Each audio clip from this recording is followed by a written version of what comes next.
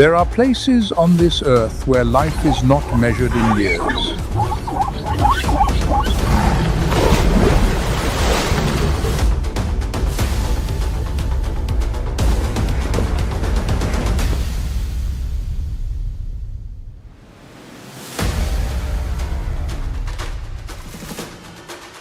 It is measured by the night.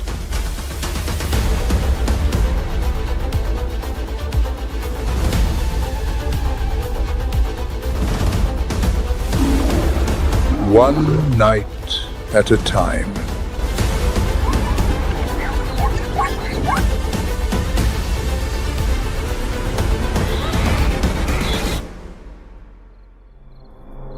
As the sun dips beneath the Serengeti horizon, the savannah does not fall asleep.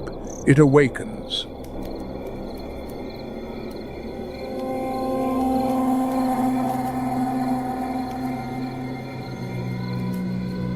Darkness spills like ink across the sun-bleached grass, and within that shadow, a pair of amber eyes opens.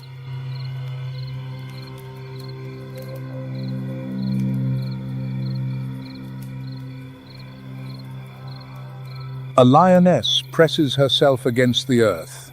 Her ribs protrude beneath a tawny coat. She has not eaten in 4 days.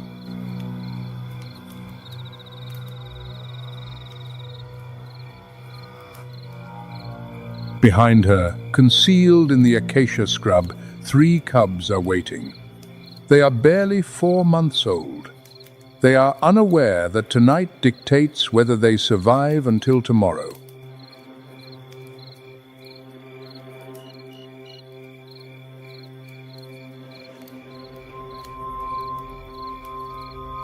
She lowers her profile further.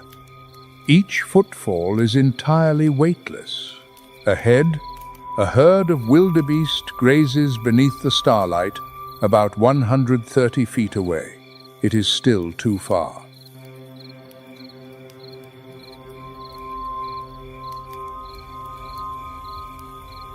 A lioness must close the gap to 100 feet before she breaks into a sprint.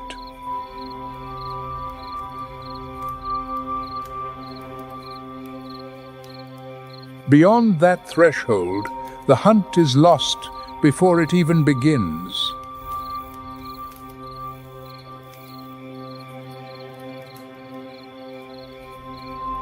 Fast-twitch muscles make up 70% of her body, allowing her to sprint at 50 miles per hour, but only for about 650 feet.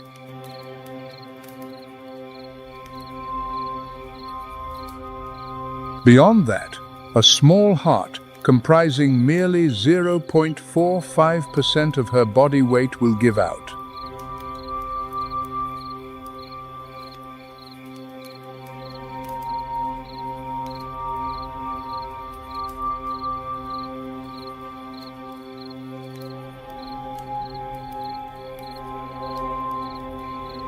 She lunges.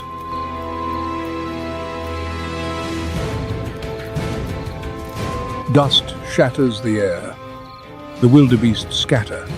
The clatter of hooves against parched stone rings out like falling hail.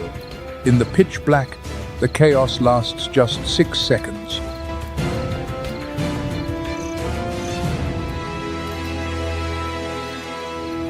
Yet those 6 seconds end in profound silence. Her quarry vanishes into the dark.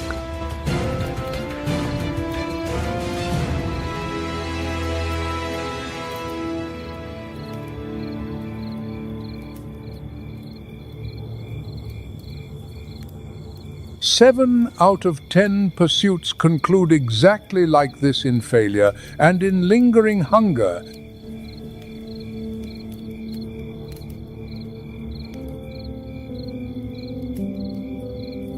A pride's hunting success rate hovers between 20 and 30%.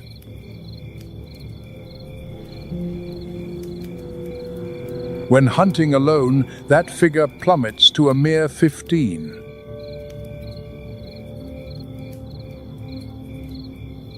But a lioness does not surrender. She simply cannot afford to. Because in Africa, concession is synonymous with death.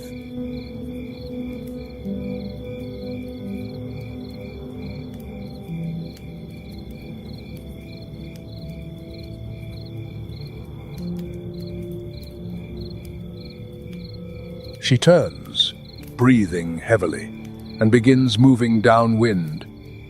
Somewhere in the distance, a herd of plains zebra drinks from a shrinking pan.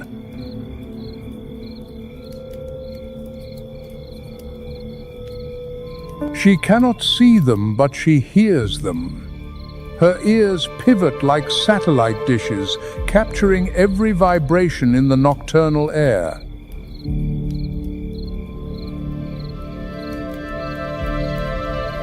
This time, she is not alone.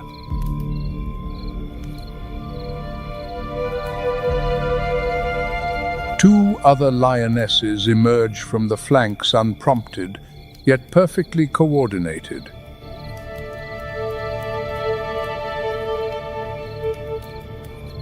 This is a flanking maneuver, a strategy honed over millions of years.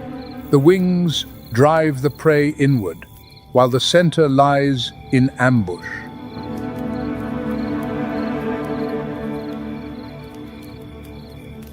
It is a military operation executed entirely without a map.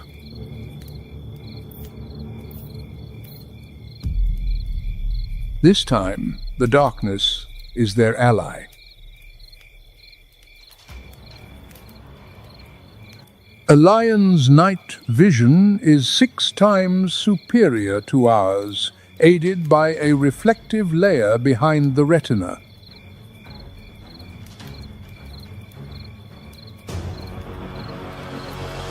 To a wildebeest, 100 feet is absolute obscurity. To a lion, 100 feet is the kill zone.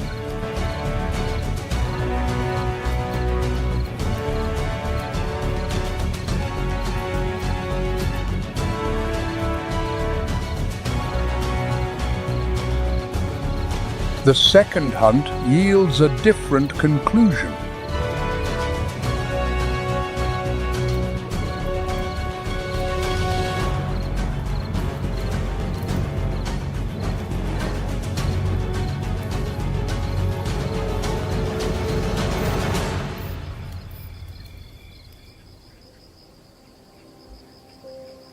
As dawn breaks, the 3 cubs bound toward their mother. For the first time in 4 days, the pride feeds.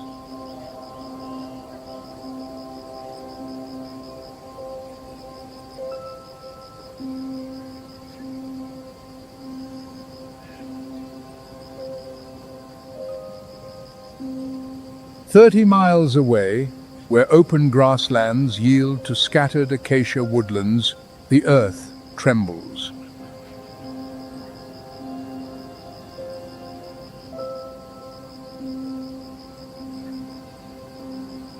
It is not a seismic tremor, it is a footfall.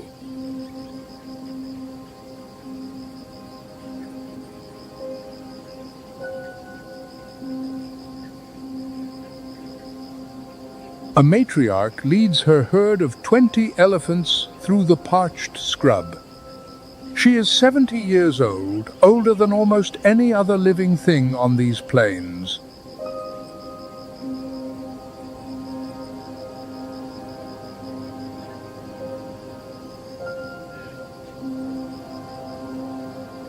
And within her 11-pound brain, she safeguards a map that no technology could ever replicate.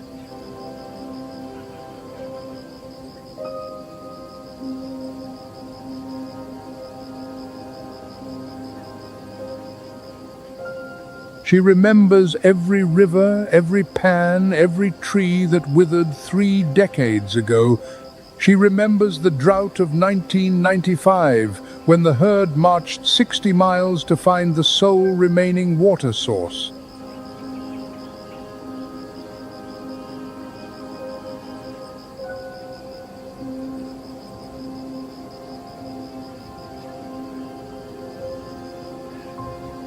Elephant memory is not a myth. It is empirical science.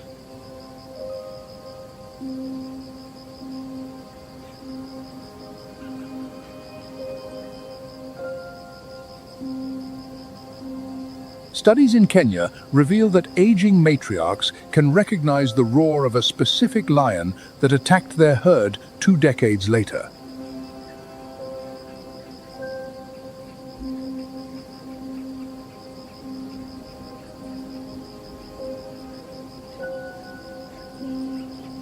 Not a generalized awareness. They know exactly which lion it is, its approaching direction, and the precise threat it poses.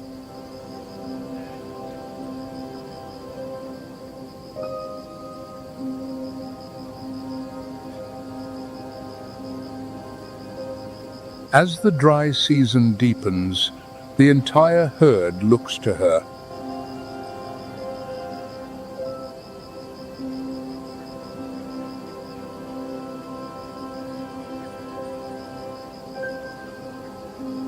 No commands are barked, no consensus is sought. She simply begins to walk and the family follows. For in Africa, memory is absolute power, and no one holds more memories than an elder matriarch.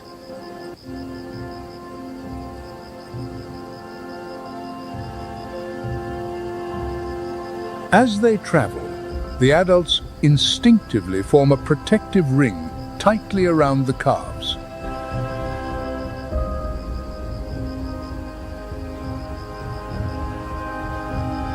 The young walk in the center, shielded on all sides by an impenetrable 6-ton wall.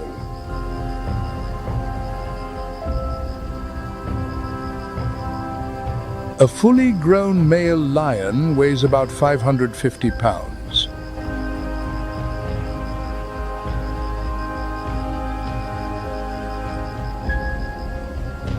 A female elephant weighs 15 times that amount. No predator on these plains dares to breach such a formidable barrier.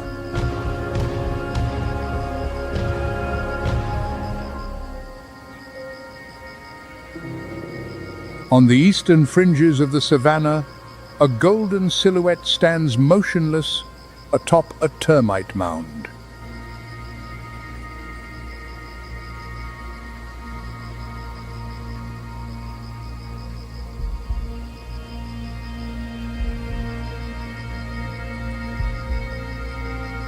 It is no lion. This frame is leaner, the legs longer, the chest much deeper, akin to a race car engineered for a singular, uncompromising purpose: absolute speed.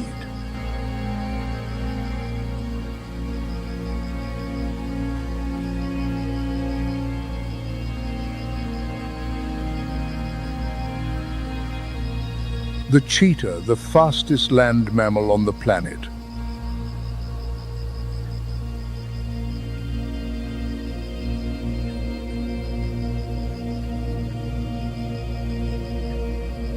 "68 miles per hour. From 0 to 50 in a mere 3 seconds. Accelerating faster than most supercars.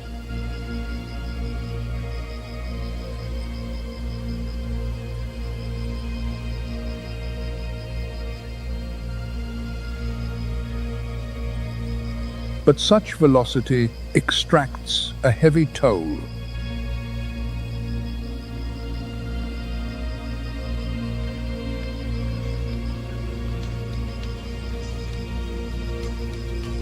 A cheetah's bones are light and porous, optimized for sprinting, but incredibly fragile upon impact.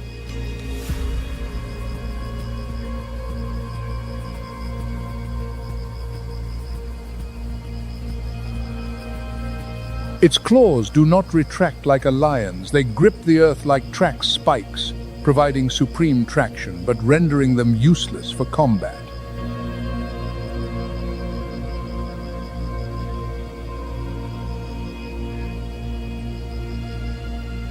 And after every high-speed pursuit, Its core temperature spikes to 105 degrees Fahrenheit, edging perilously close to fatal brain damage.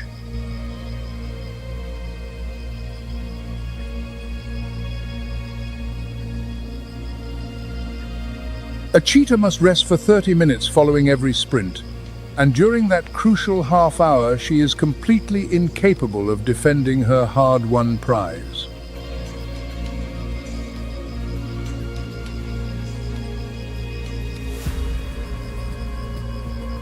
"50% of a cheetah's kills are stolen by scavengers.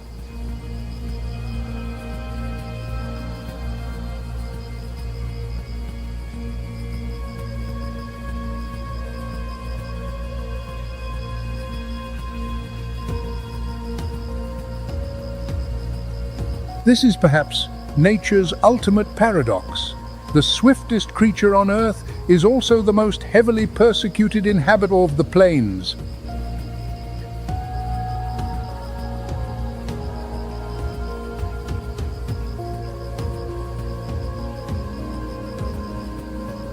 "90% of cheetah cubs never reach adulthood. Most are eliminated by lions, not for sustenance, but to systematically eradicate future competition."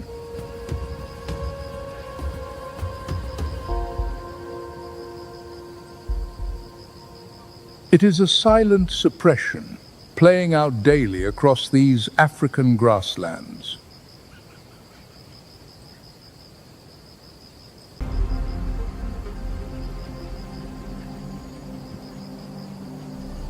For the herbivores, the shadows beneath the dense foliage are a waking nightmare.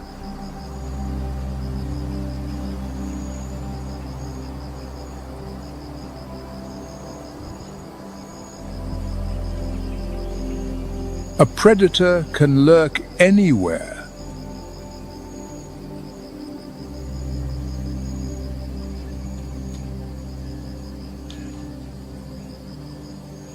And the lion, the ruler here, uses this gift of geography to become an invisible phantom.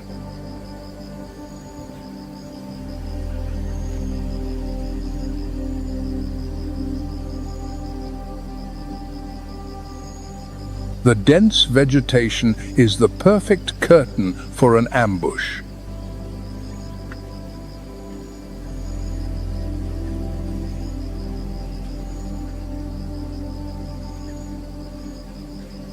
A target is locked. A lone, unwary impala.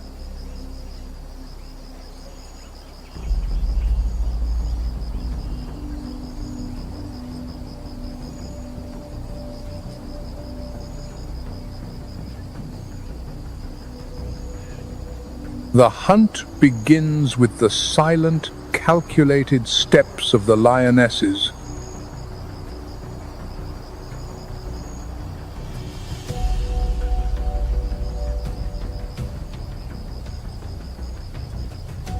They deftly conceal their nearly 300-pound bodies behind the trunks of trees.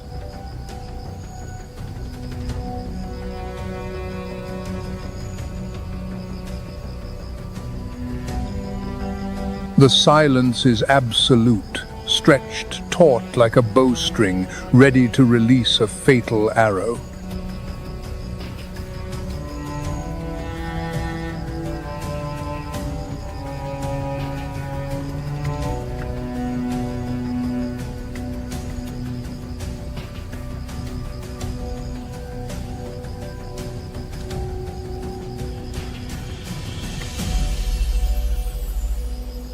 But high in an old marula tree, a mischievous observer is about to spoil everything.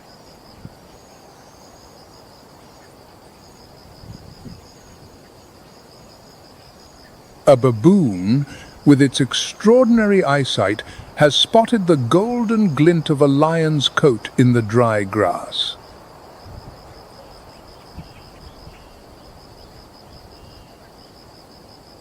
The alpha male's alarm call rings out, a death sentence for the hunting plan.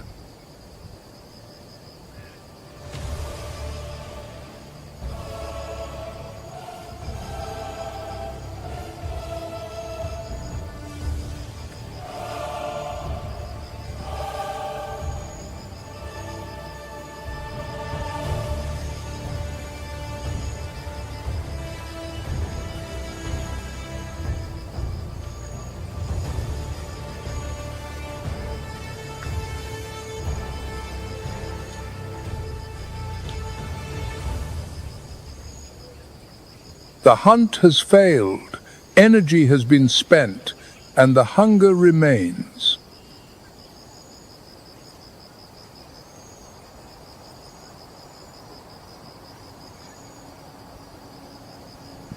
This ancient feud will surely be settled, but the baboon troop is undeterred.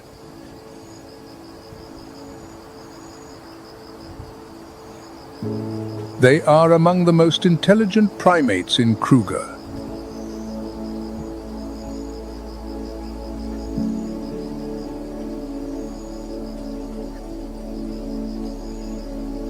They operate in large troops, sometimes numbering over 100 individuals.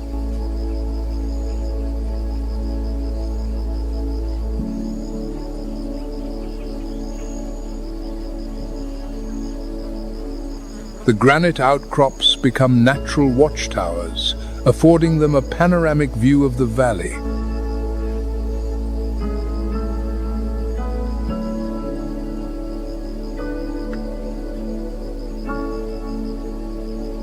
No predator's movement can escape this vigilant surveillance network.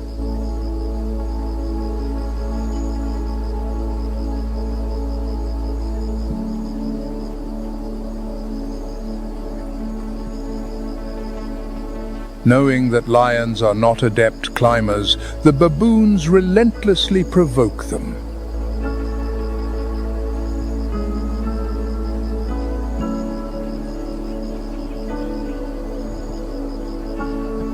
The wounded pride of the savannah's king now carries a deep resentment.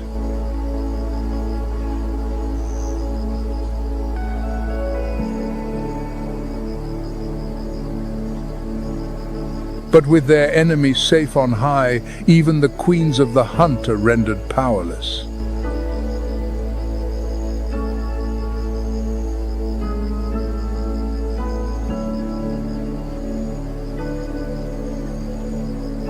This time, intelligence has triumphed over strength.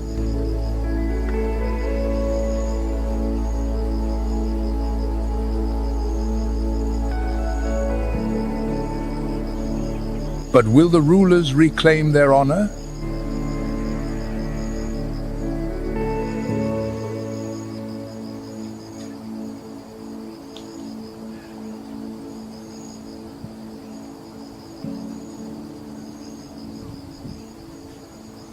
This is not the first time a baboon has saved an impala from certain death.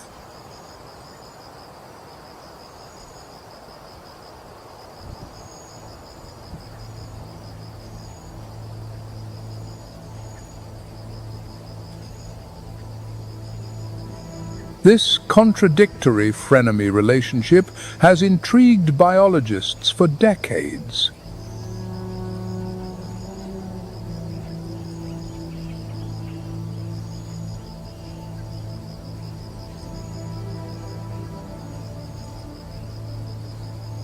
Impalas possess an extremely keen sense of smell and hearing to detect their foes.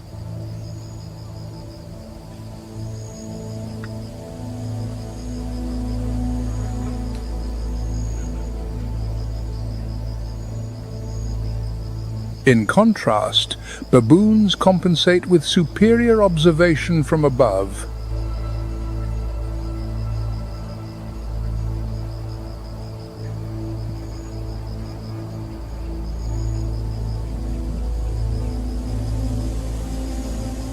Together, they create a perfect defense system, with no blind spots.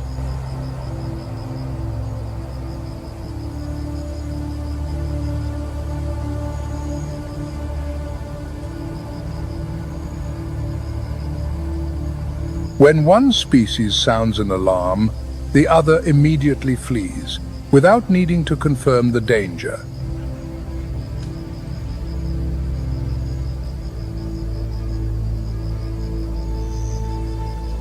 This cooperation minimizes the chances of an attack by lions or leopards.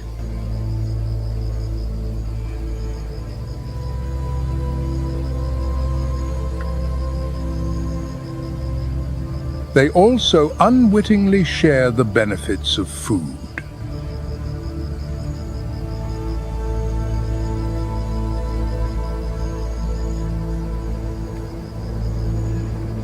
While climbing, baboons often drop ripe marula fruits to the ground.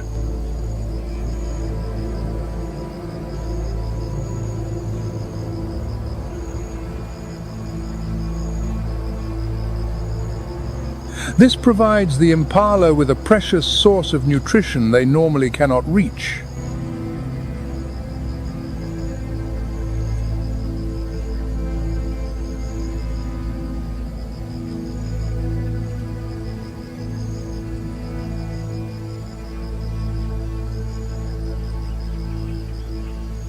However, this order is completely reversed when the impala birthing season begins.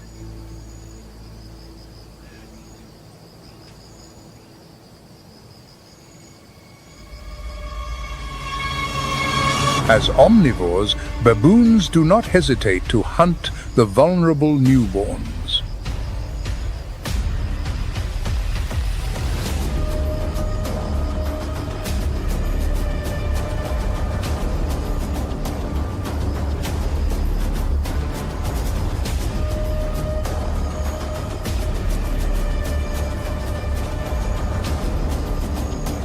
The young stand no chance against the 2-inch canines of the troop's alpha male.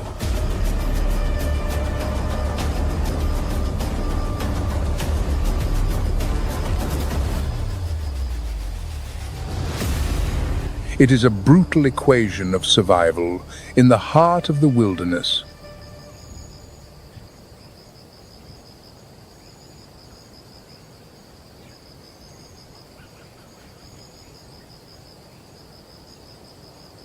The loss of a few young is the price paid for the rest of the herd to escape larger predators.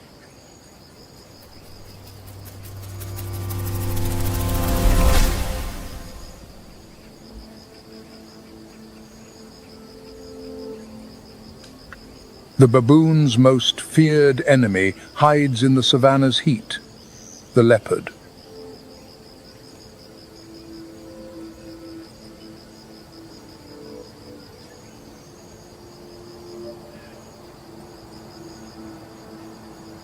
The fear is so deeply ingrained that the mere scent of this predator is enough to spike stress hormones.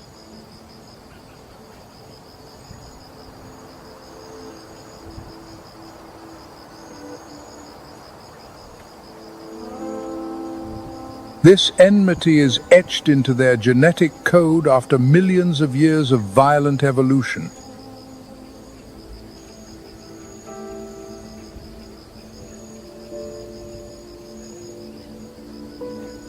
The leopard has evolved into a perfect killing machine, designed to hunt intelligent primates.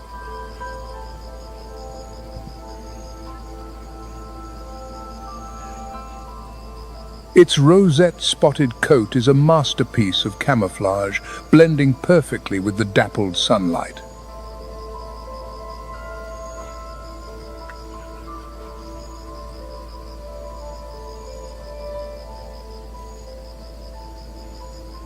Thick pads on its paws silence its every move, allowing it to approach within nearly 20 feet of its prey.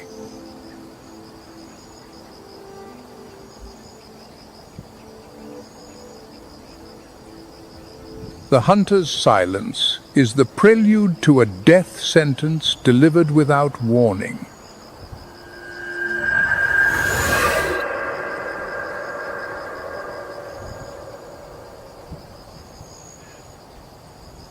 The battle between these two species depends entirely on the cycle of light.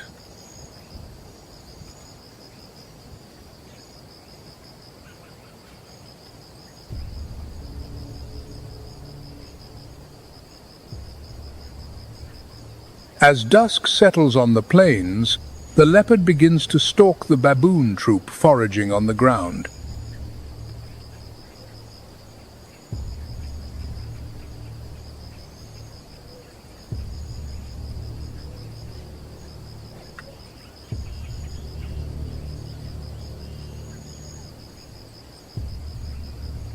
It closes in through the tall grass, almost without a sound.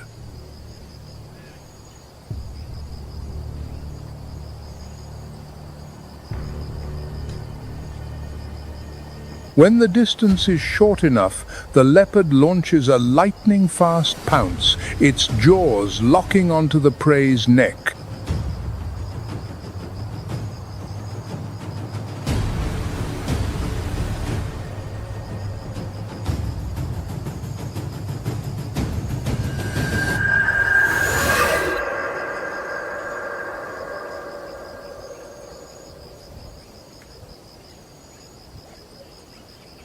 But as dawn breaks, the tables turn dramatically.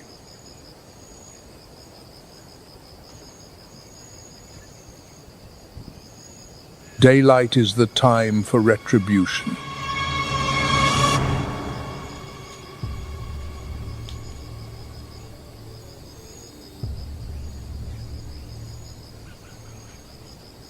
The baboon troop gathers to launch a collective assault, driving the predator away.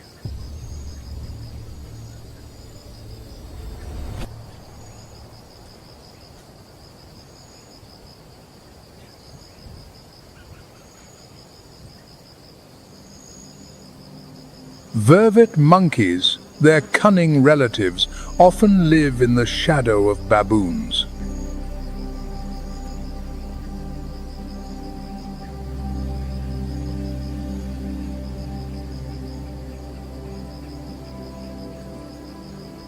As night falls, they are pushed to the edges of the high branches, becoming an unwitting first line of defense against leopards.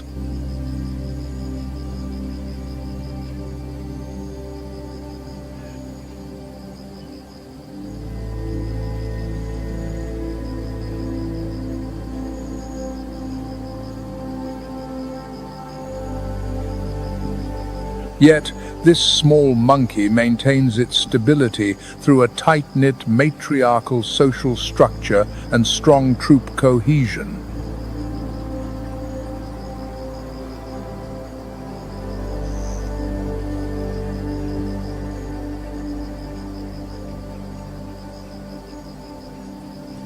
At Skukuza, in Kruger National Park, they are also notorious for mischievous antics like unzipping tents and raiding tourists' bins.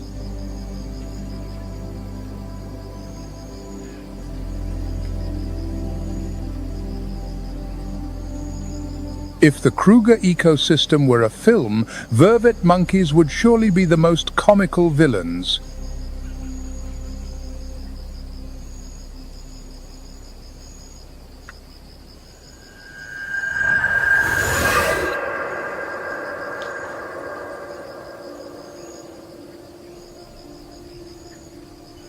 Leaving the western granite hills, our journey takes us toward the vast basalt plains of southeastern Kruger National Park.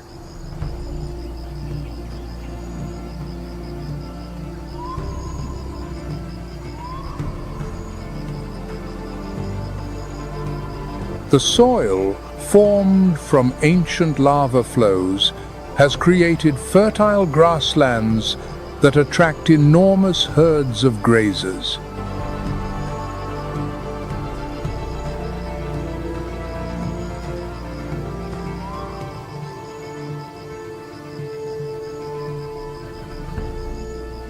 Here, zebra, blue wildebeest, and Cape buffalo congregate in immense numbers.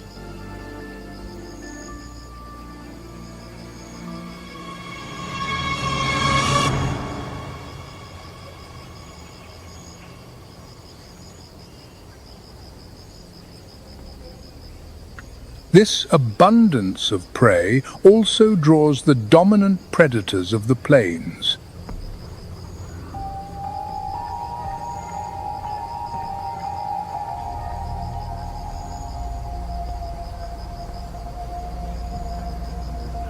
A pride of 15 African lions requires a vast amount of food to sustain itself.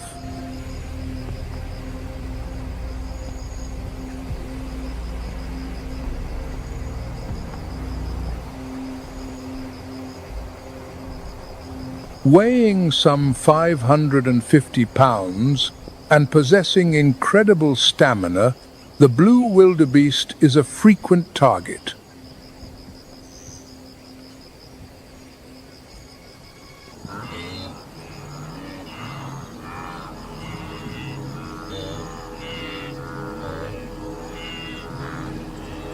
But to the local people, the wildebeest has never been a creature of weakness.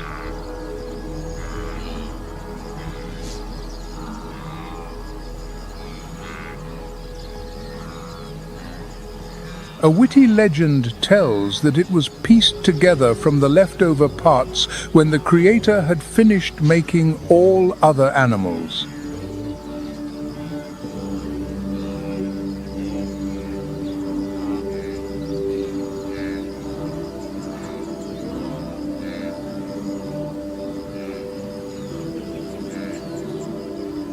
Thus, it has the horns of a buffalo, the head of an ox, the body of a horse, and the tail of an antelope.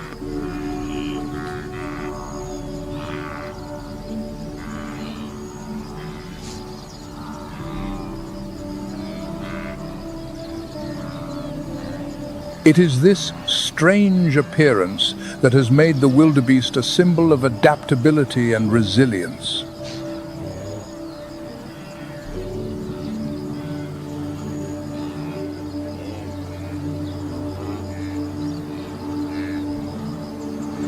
In many traditional ceremonies, it also represents courage in the face of nature's harsh changes.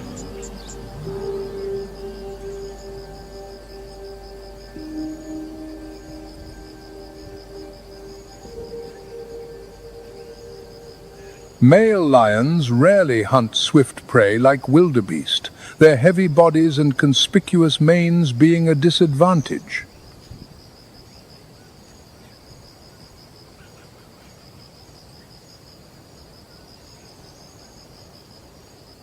Their primary duty is to defend territory and maintain power against rivals.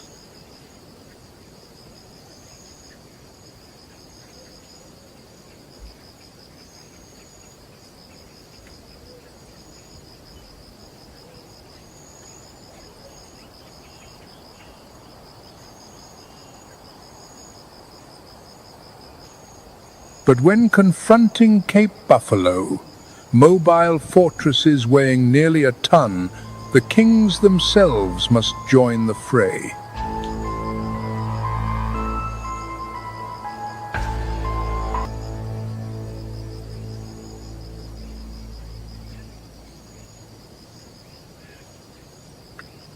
When the kings have eaten their fill, the feast begins for the white-backed vultures.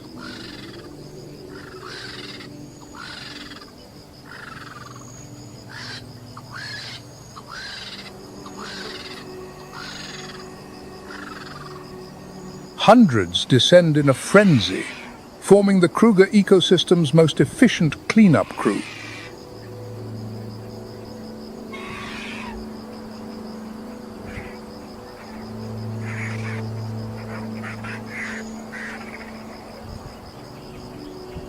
Possessing long, featherless necks, they can reach deep into a carcass without fear of infection.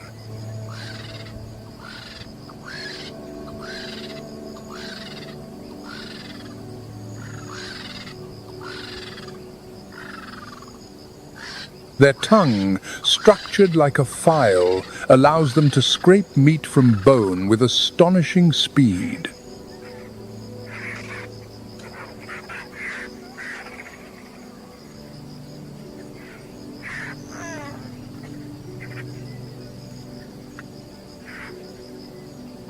In mere minutes, a body weighing hundreds of pounds is reduced to a skeleton, bleaching in the harsh sun.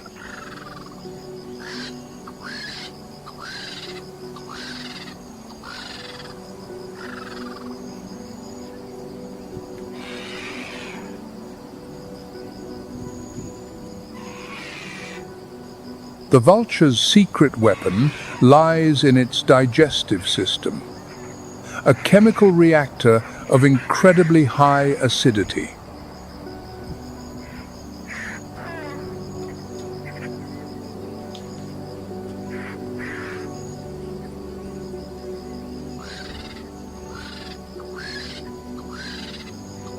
It can neutralize deadly bacteria like anthrax and cholera, preventing the spread of disease into the soil and water.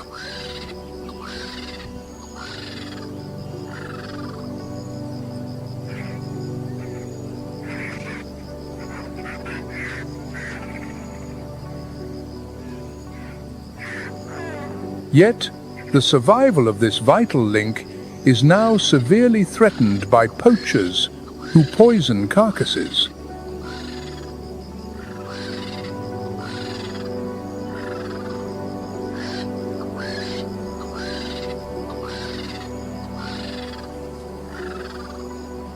To save these birds, vulture restaurants have been established to provide a clean food source.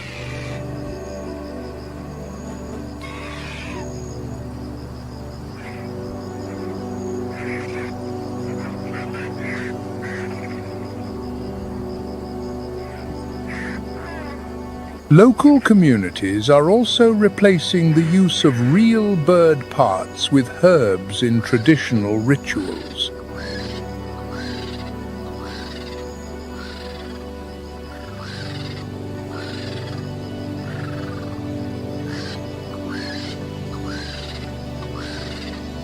In indigenous spirituality, the vulture is believed to have clairvoyant powers.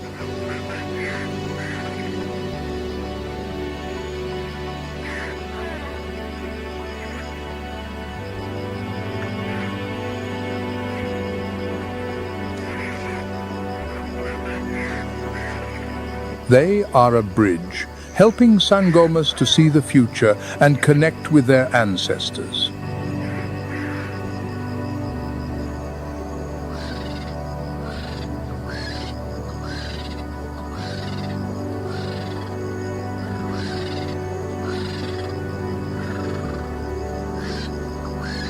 To conserve the vulture is not only to protect a biological keystone, but to preserve a profound faith between humanity and the wild.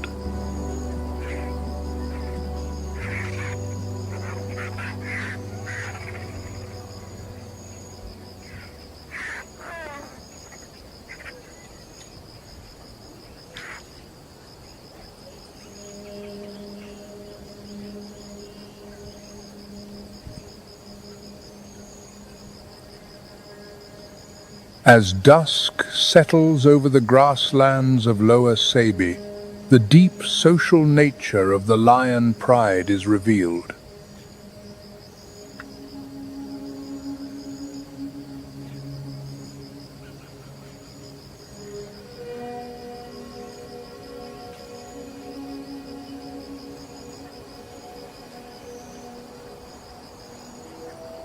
Unlike other solitary great cats, their lives revolve around an unbreakable core: sisterhood.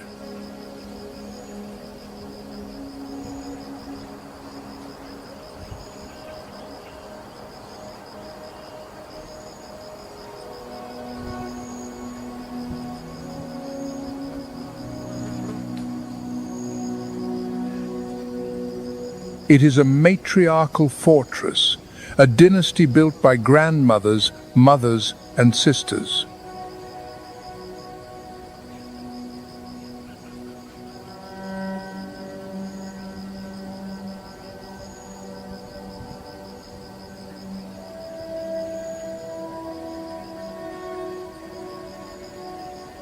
Together, they hunt, raise the next generation, and defend their territory.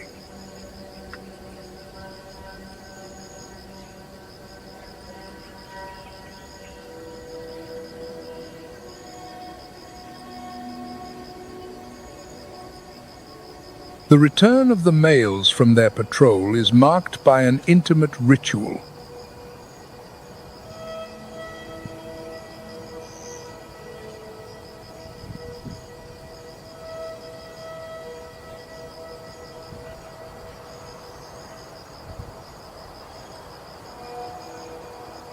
They rub heads, an act not just of greeting, but of reinforcing bonds and the pride's hierarchy.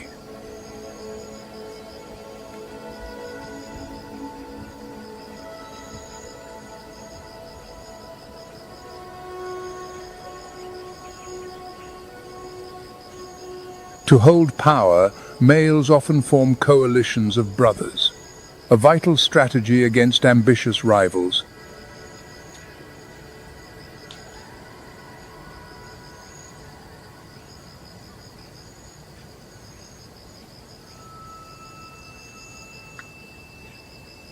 And then, as night descends, the iconic sound of Africa rises.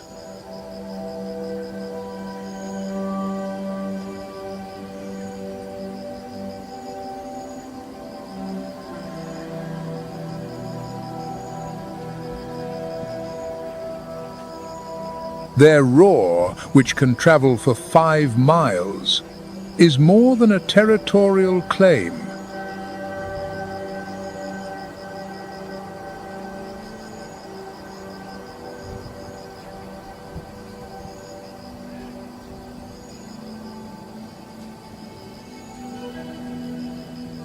It is a strategic tool, used to gauge the strength of rivals and send an unmistakable message of dominance.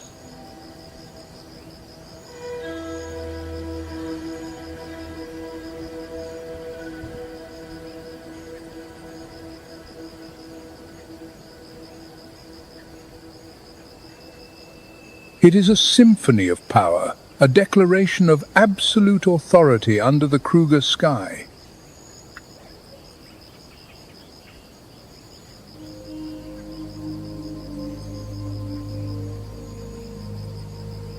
Moving towards the center of Kruger National Park, we reach the vast, flat plains of Satara.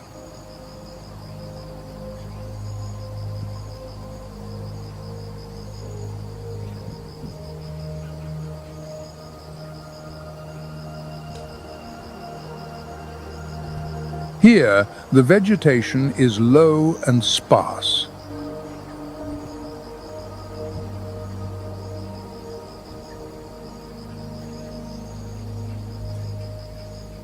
The view stretches to the horizon.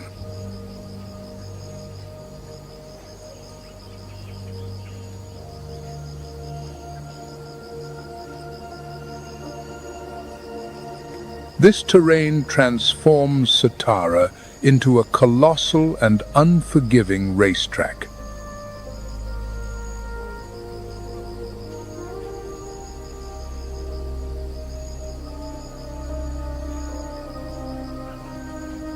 There is no place here for silent ambushes.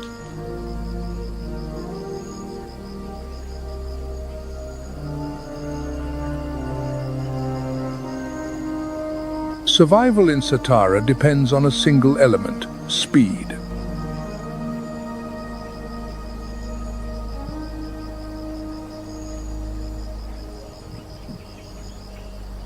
This is the realm of the African continent's fastest athletes.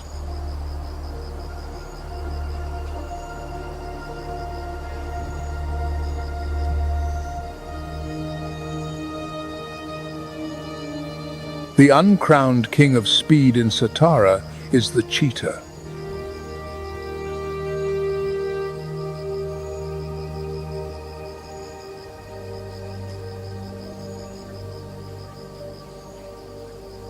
Its body is an aerodynamic marvel, optimized for slicing through the air.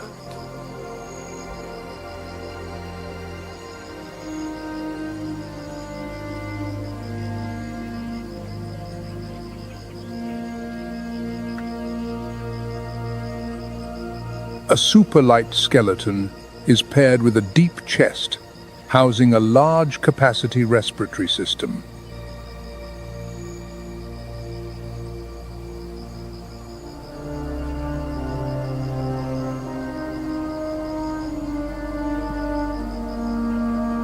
Wide nostrils allow for maximum oxygen intake, even at top speed.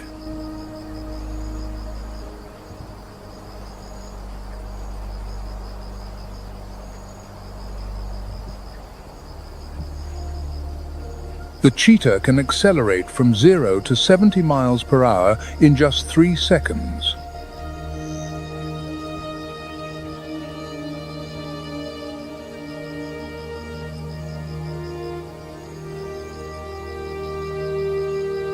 This explosive acceleration surpasses that of any sports car ever built.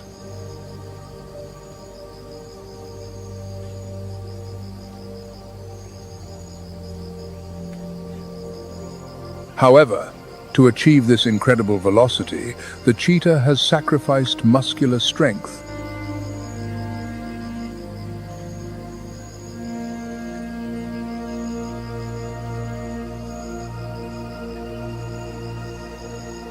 Its slender build puts it at a disadvantage against lions and hyenas.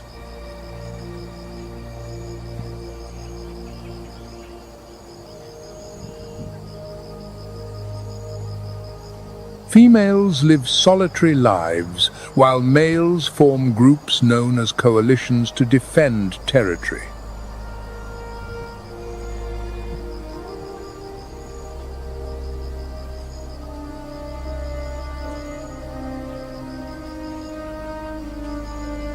These alliances, often of brothers, increase their chances of survival and access to females.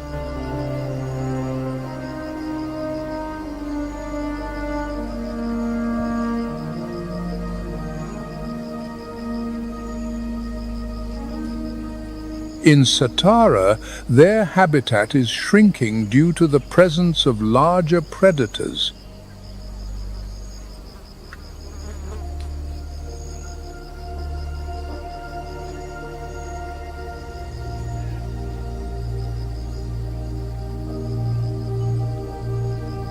These phantoms of speed are in a desperate race against extinction.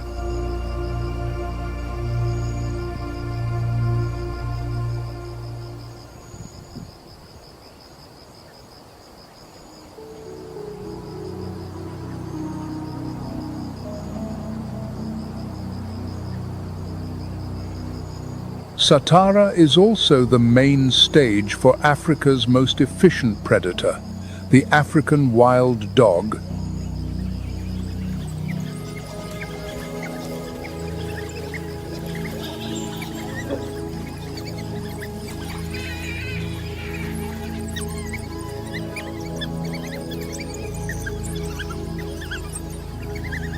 With their unique mottled coats of black, yellow, and white, each individual is a living work of art.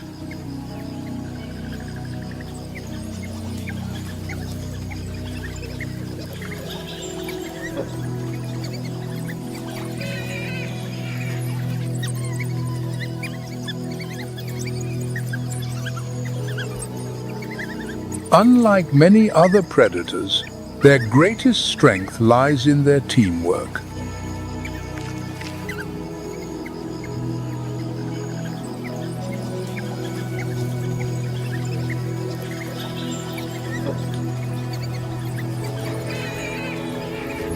The hunting success rate of African wild dogs can reach 80%, far higher than that of lions or hyenas.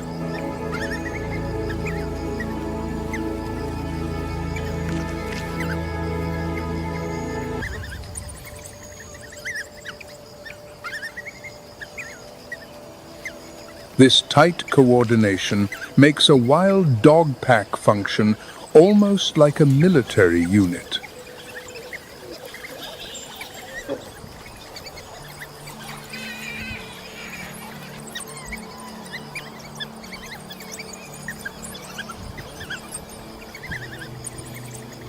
Yet, behind the image of a formidable hunter lies a society filled with care and cohesion.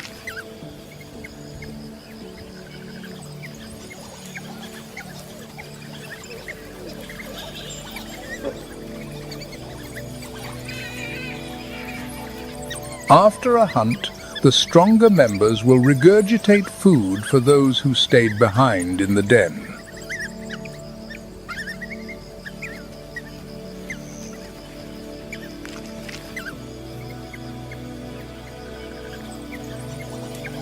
The young are always the first to eat, followed by the old or injured.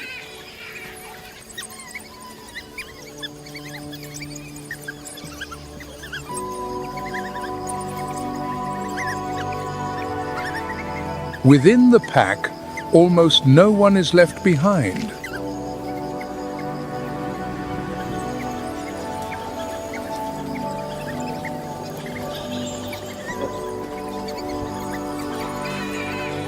Wild dogs also have a very peculiar way of making decisions.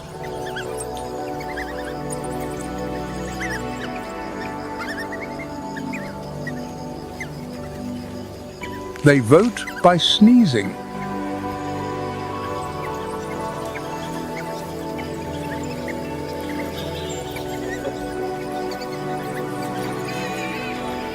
When enough individuals have sneezed, the entire pack rises and begins the next hunt.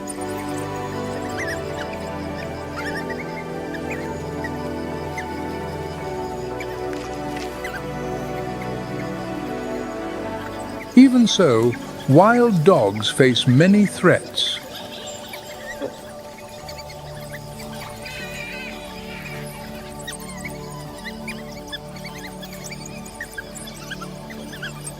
Habitat loss, conflict with humans, and diseases from domestic dogs like rabies and parvovirus have decimated their numbers.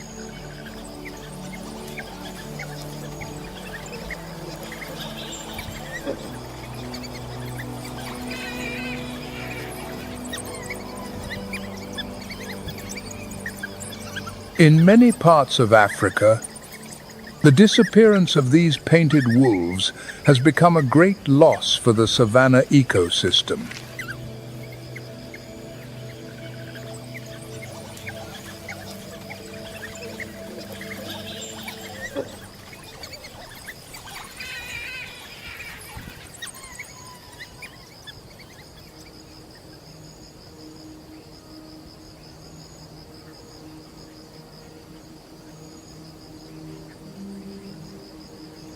If the cheetah is the king of speed among predators, then the tsesbe is the champion among the savanna's prey.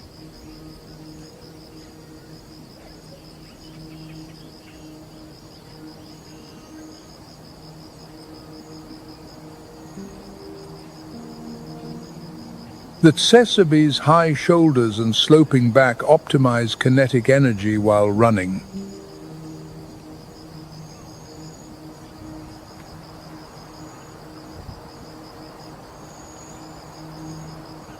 Its reddish-brown coat with a purple sheen makes it conspicuous under the harsh Satara sun.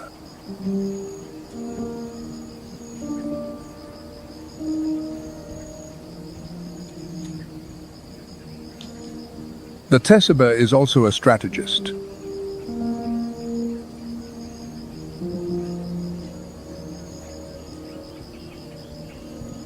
It often stands on high termite mounds to survey its surroundings.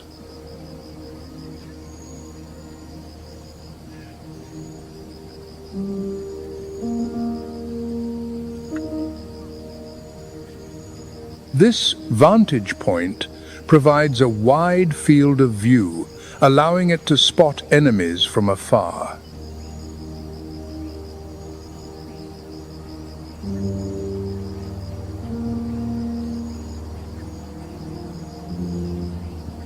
This behavior is also a display of strength and high alert.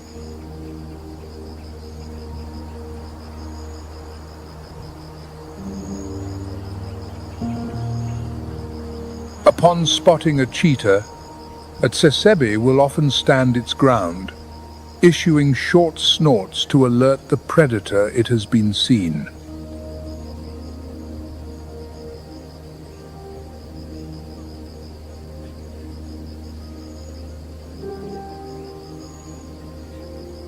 This confident posture makes even the most experienced hunter think twice before launching an attack.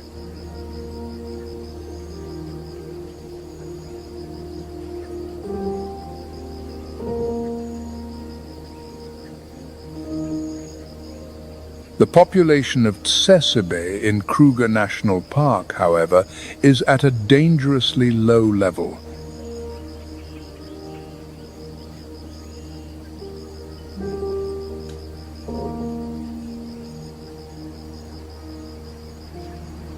They face intense competition for food from zebras and other antelope species.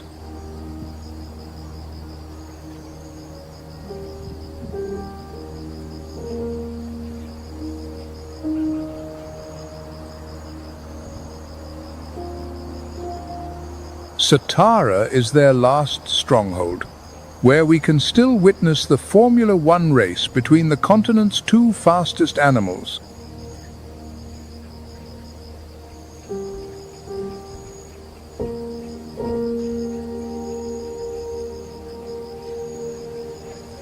Among the herds of hoofed animals, the ostrich appears with its enormous two-toed feet and majestic gait.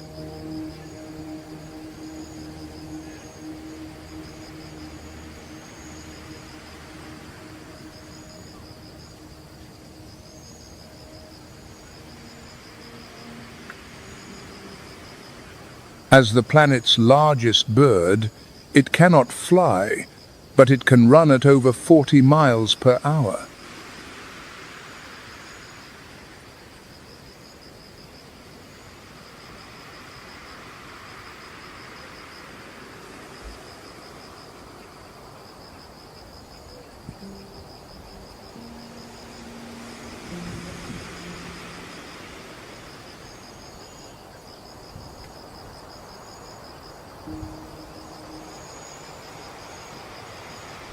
Its long legs act like natural springs, propelling it across the plains in strides of nearly 20 feet.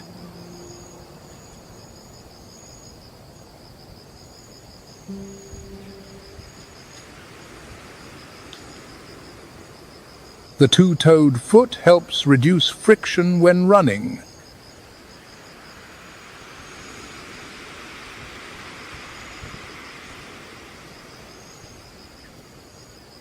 Standing over 8 feet tall, ostriches are like vigilant, mobile watchtowers.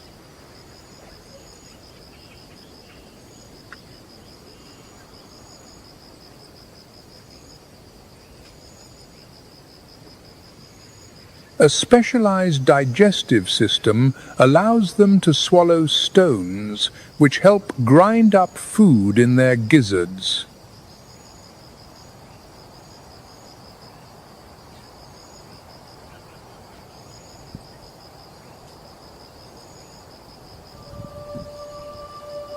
Across the Satara sky, streaks of vibrant pink and turquoise flash by like living arrows.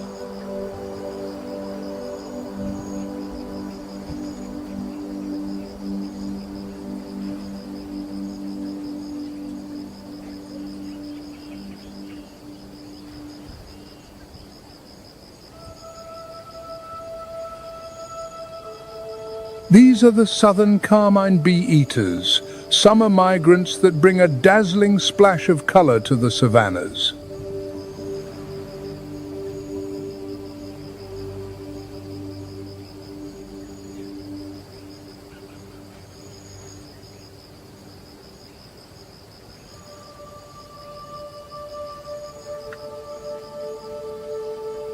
They are expert aerial hunters, specializing in catching bees and other flying insects.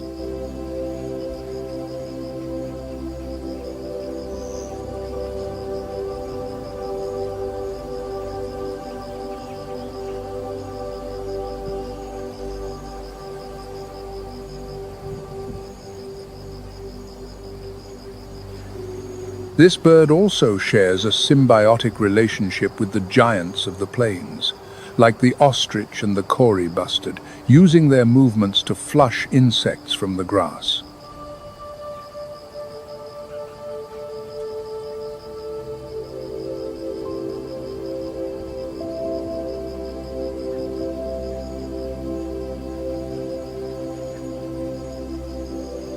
More than just skilled hunters, southern carmine bee-eaters are also master engineers.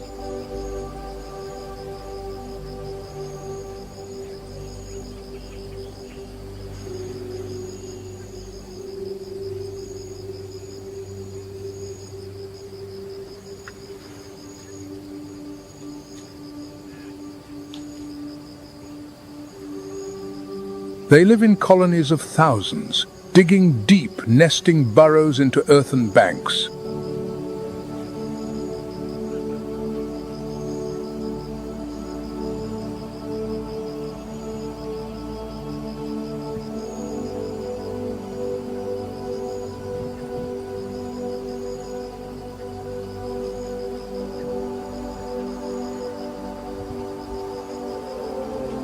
When thousands of pink wings erupt from the colony at once, the savanna sky fills with the vibrant color and sound of summer.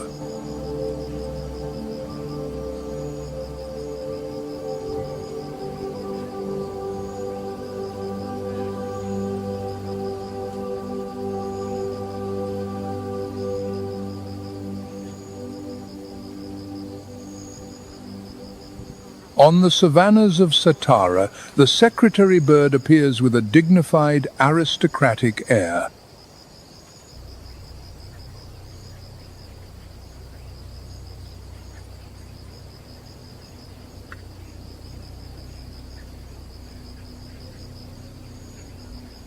This bird of prey is distinguished by the crest of black feathers rising from the back of its head.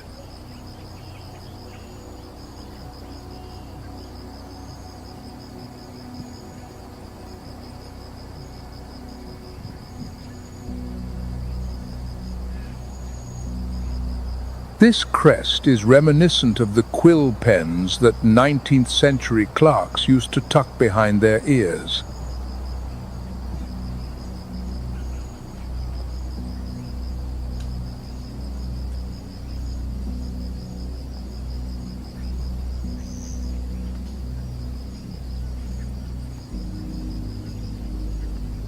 Though it has a wingspan as large as an eagle's, the secretary bird spends most of its time walking on the ground.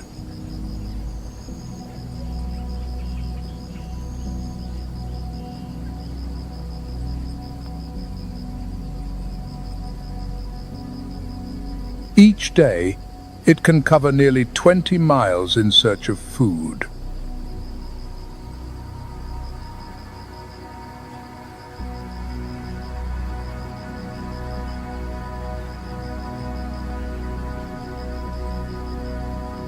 The secretary bird's most lethal weapons are its long, powerful legs.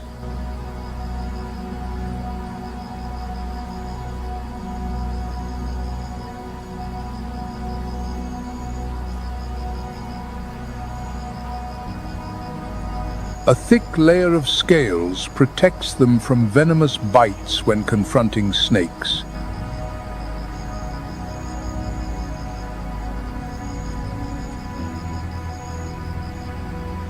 Although an emblem on the coat of arms of South Africa, this species is now facing the threat of extinction.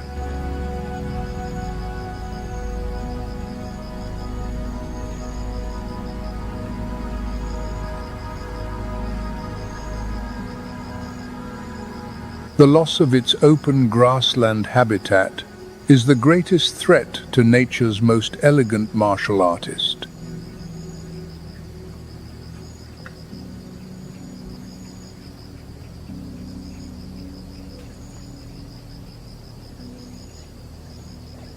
To protect the secretary bird is to protect the sacred balance and vigilance of the Satara Plains.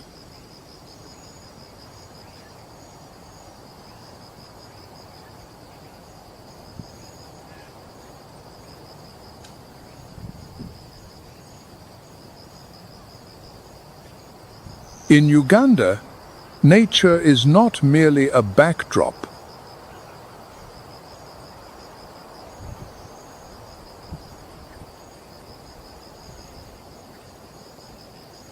It is a living story, told in every footprint on the soil, every call from the treetops, and every ripple on the river's surface.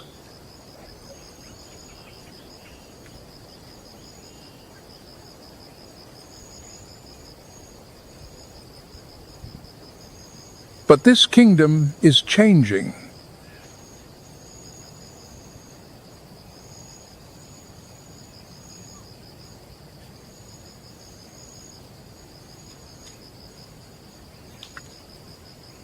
Survival no longer demands adaptation just to the tooth and claw of a predator. All species must now contend with a more devastating, invisible foe, a warming world.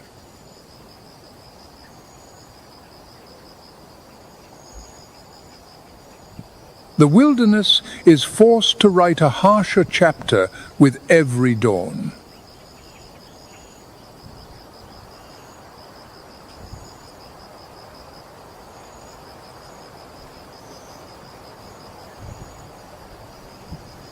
While the great predators command the dramatic spotlight, another resident plays an equally vital role in shaping this dynamic ecosystem.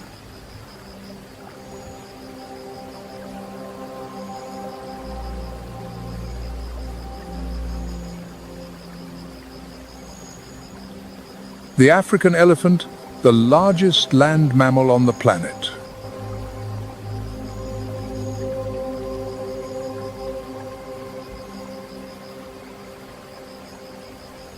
Their presence is not just an existence, it is a reshaping of the entire landscape.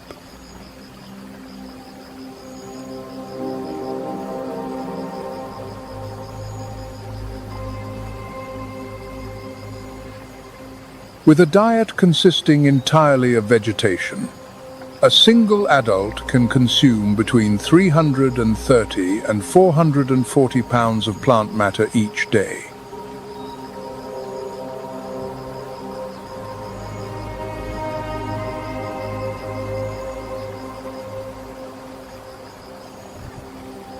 These giants are the true architects of the ecosystem.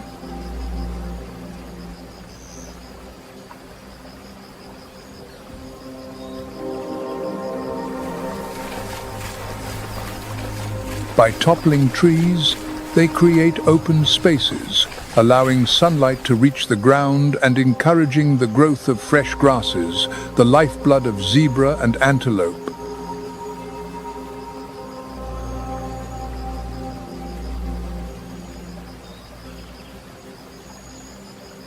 But the elephant's true power is most evident when the heat becomes unforgiving.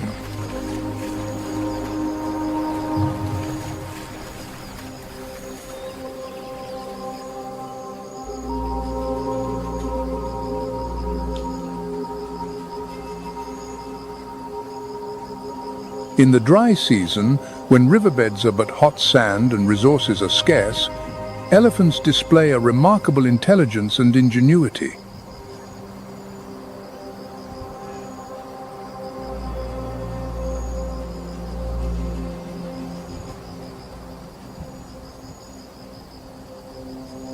Using their powerful tusks and feet, they dig deep into the dry riverbeds in search of water.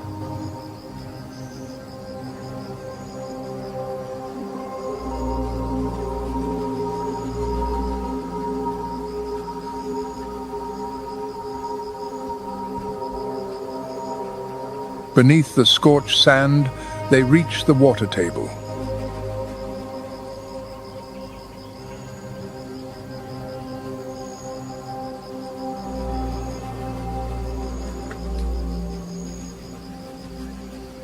These temporary wells not only sustain the elephant herds, but also become lifelines for countless other species struggling with thirst.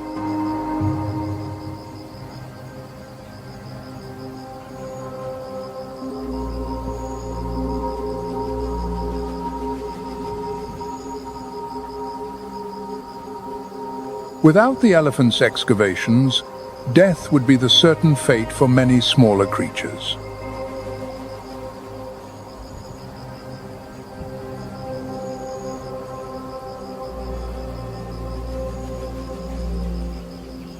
The social life of elephants is as magnificent as their impact on the land.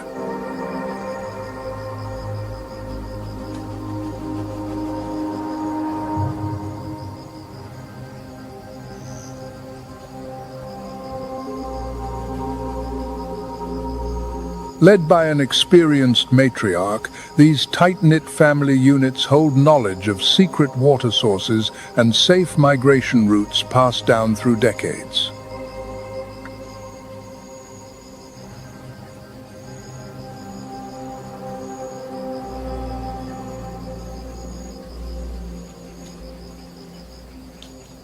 When threatened, they form protective circles around their young, a formidable display of unity that is enough to make even lions retreat.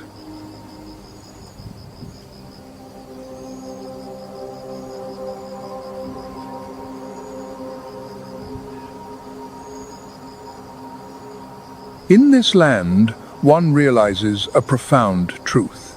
The greatest power lies not in the claws of the hunter, but in the strength that nurtures and protects life, belonging to these gentle giants.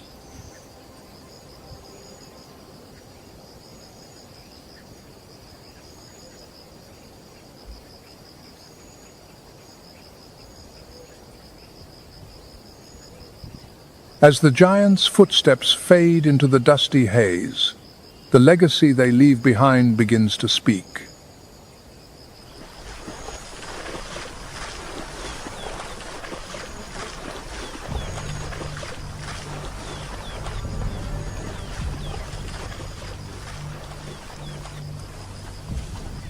The temporary wells in the dry riverbeds now become focal points of survival, drawing a diverse community in desperate need of life.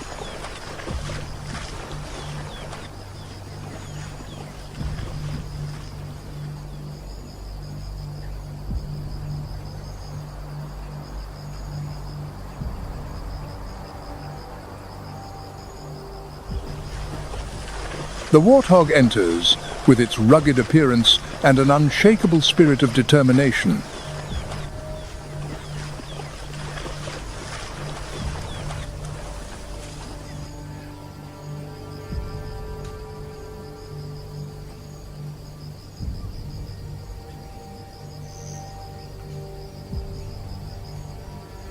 With dark, bristly skin that serves as natural armor against the savanna's harshness, this compact creature gets to work as an expert excavator.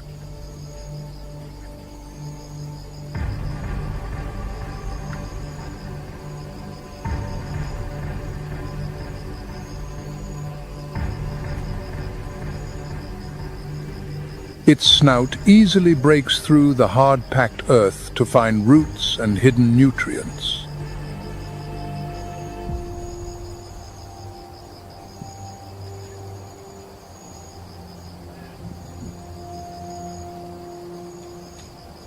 Though it often chooses to retreat into the bush when cornered, the warthog reveals a fierce courage, ready to use its sharp tusks to injure any careless predator.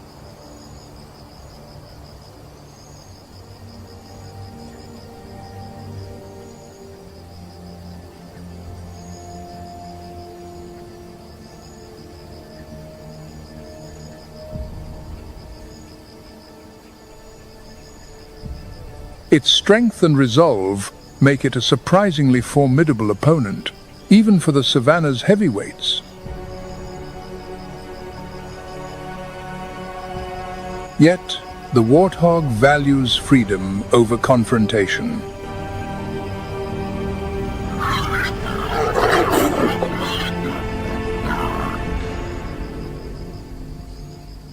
Whenever it senses an escape route, it will bolt towards dense vegetation or nearby burrows, using the landscape to conceal itself and evade danger.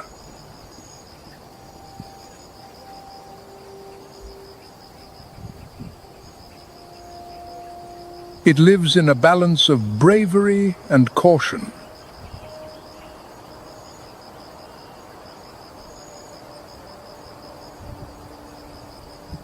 And that delicate blend is what ensures its survival in one of Africa's most challenging environments.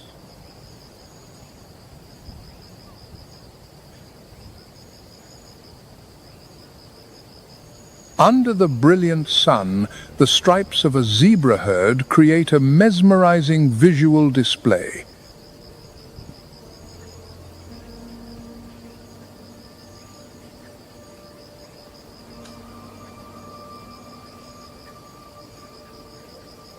Their bold black and white patterns are more than just individual markings. They are a living defense system.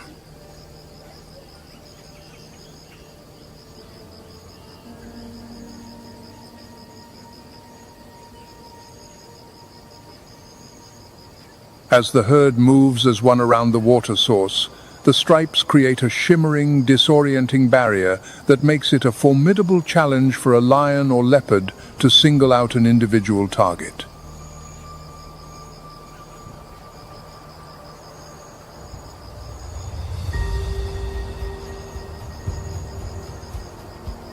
The silence is broken by the explosive leaps of the impala.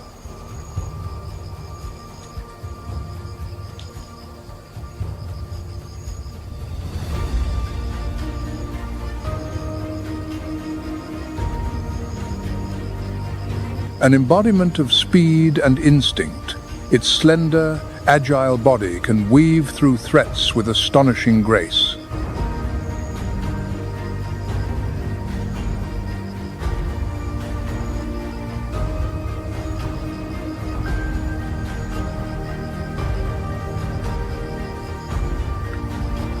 Each bound into the air is not merely flight, but a calculated display of evasion, a life preserved by the narrowest of margins.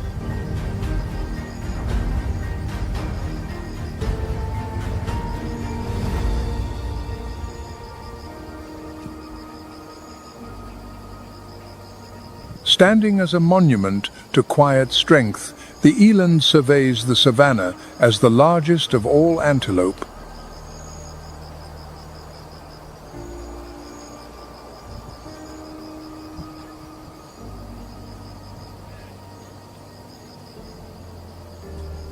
With remarkable heat tolerance, the eland can extract nutrients from the driest, toughest shrubs that other species ignore.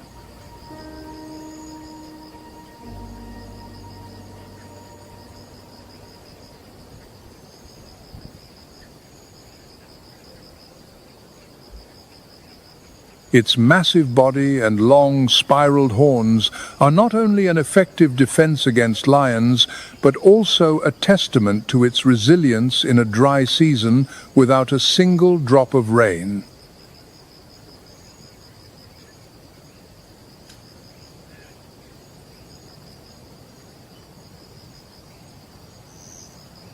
The eland can extract essential nutrients from dry, coarse vegetation, which many herbivores struggle with, and can survive without constant access to large water sources.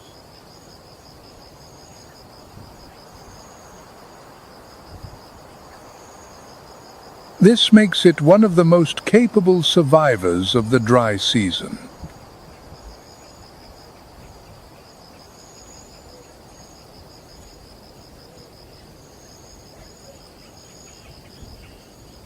With its superior height, it browses on leaves and branches beyond the reach of other animals, accessing food in areas smaller species cannot.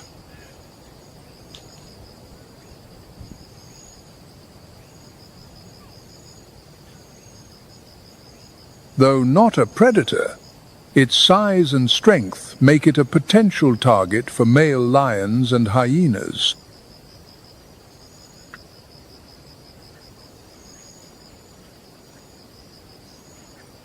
However, its muscular legs and formidable horns provide an effective defense, and its ability to move into more rugged terrain further increases its chances of survival.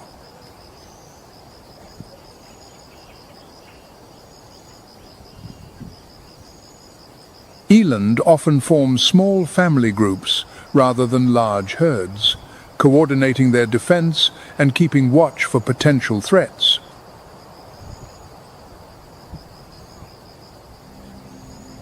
Their presence on the savannah is a reminder of nature's resilience, where sheer strength and adaptability ensure that life persists even in the harshest conditions.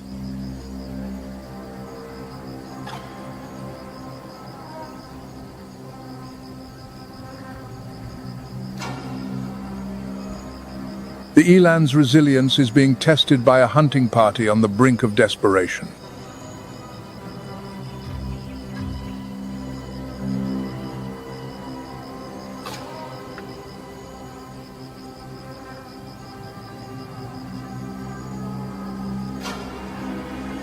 Concealed in the thorn scrub, a pride of lionesses.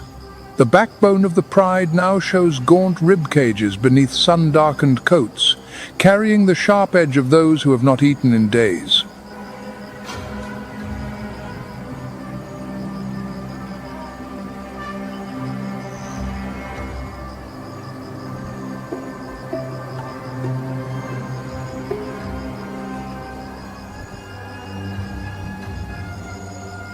In their desperation, they take their positions, moving like golden specters through the dry grass.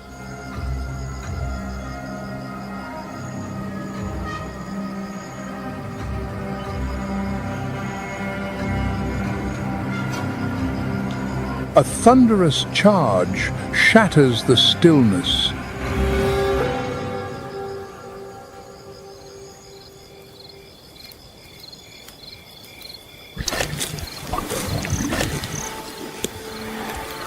Though the eland possesses formidable horns and a massive frame, it cannot withstand the devastating coordination of a pride maddened by hunger.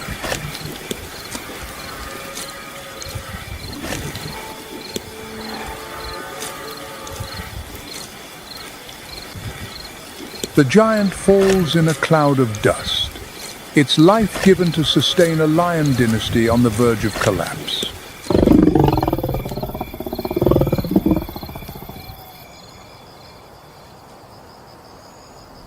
Not far away, topis stand proudly on elevated mounds of earth.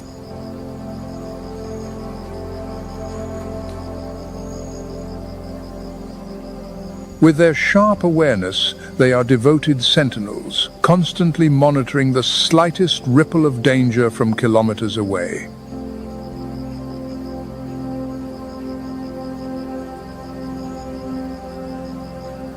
They are well adapted to harsh areas with little water and use dense vegetation for cover when threatened, relying on speed and agility to escape their enemies.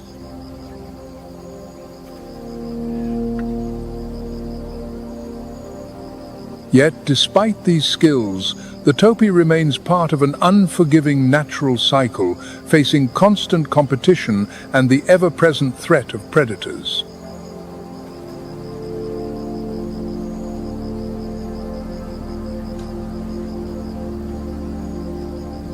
Socially, topi form small family groups or medium-sized herds.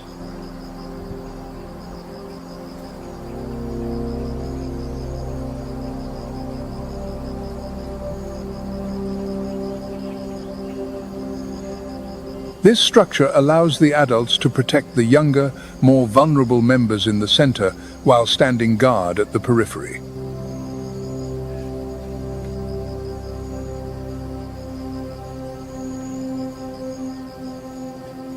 The cooperative behavior of these groups highlights the importance of teamwork and vigilance for survival in the challenging savanna environment.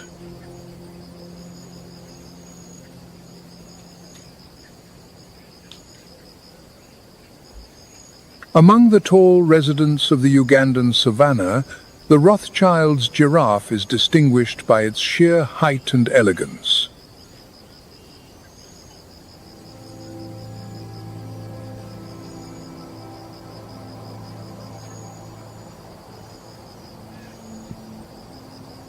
Its long legs and a neck, adorned with distinctive patches, make it one of the most majestic creatures in the region.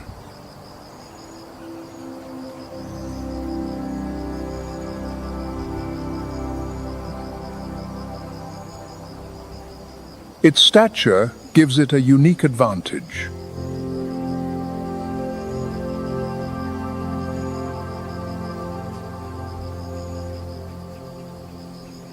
It can browse on leaves that other herbivores cannot reach, reducing competition and ensuring access to the best resources.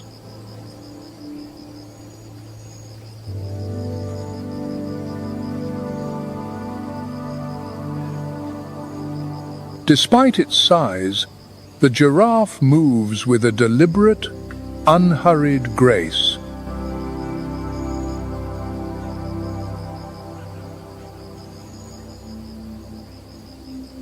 It browses slowly while maintaining a vigilant watch over its surroundings.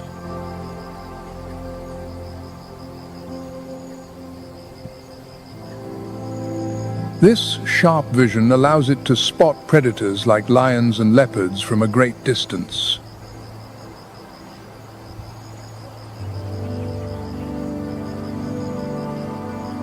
And if threatened, it can defend itself with powerful forward kicks, strong enough to deter most attackers.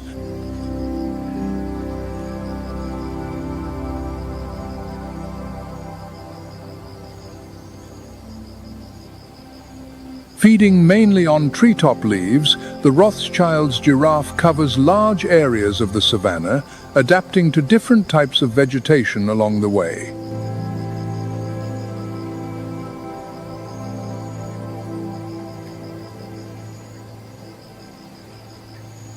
This constant movement helps it stay healthy and resilient, making the most of the land while living in harmony with the natural cycles of its environment.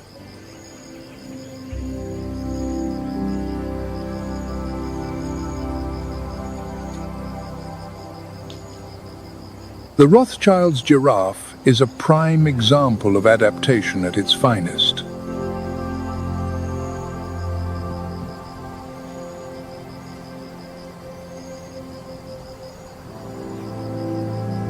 Its height, strength, and vigilance combine for survival in a competitive ecosystem.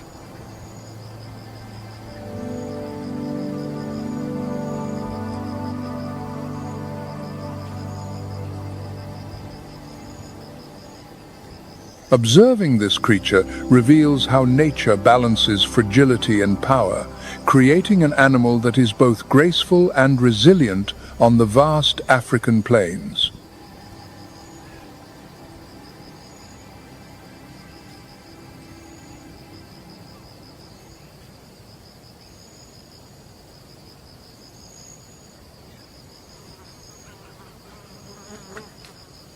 But as the heat continues to tighten its grip, even the most reliable wells begin to run dry.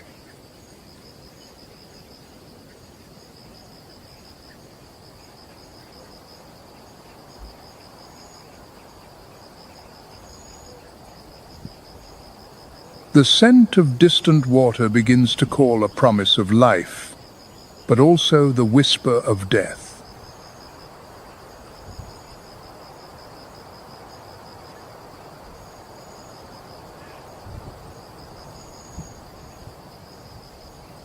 From the cracked grasslands, survival instinct drives the herds away from the protection of the giants and towards the lower reaches of the Nile.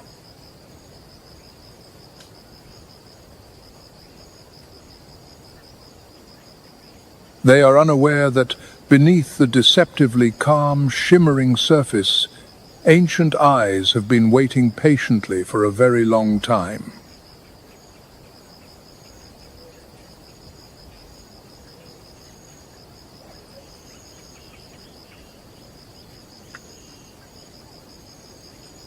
A new battlefield is opening, where the victor is not the strongest, but the one who can wait for the perfect moment.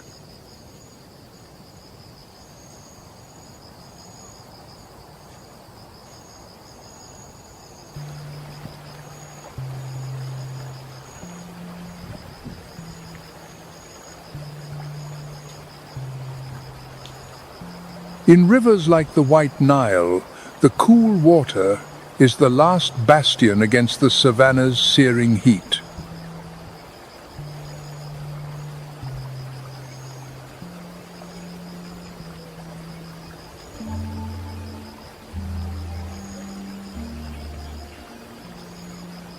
The hippopotamus, the river's lumbering giant, spends most of its life submerged to protect its sensitive skin from the scorching sun.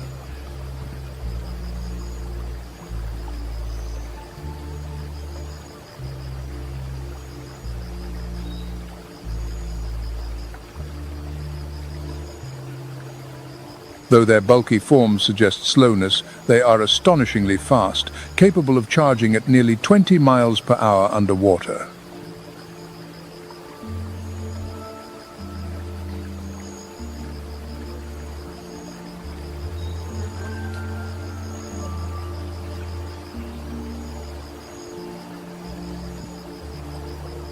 The merciless drought is forcing this creature into a dangerous trade-off.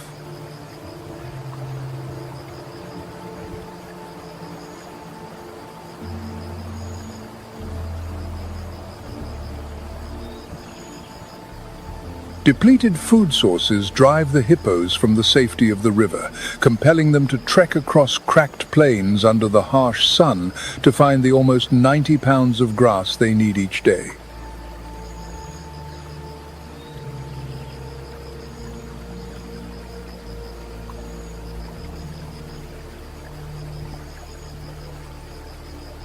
Despite their seemingly lethargic demeanor, they are among Africa's most territorial and dangerous animals.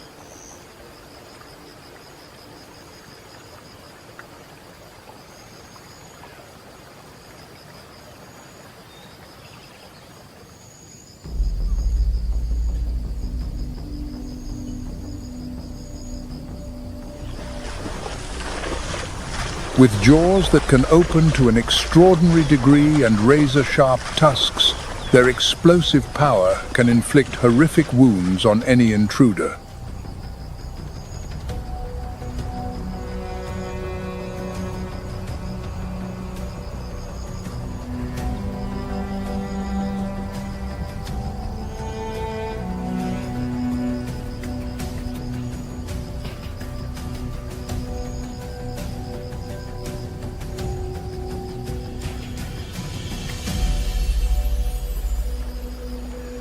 But the hippos are not the river's only nightmare.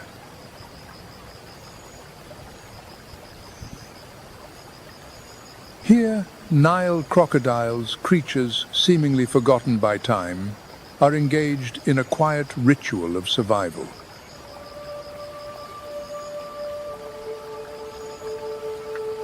These ancient predators are basking, claiming the most strategic positions along the water's edge.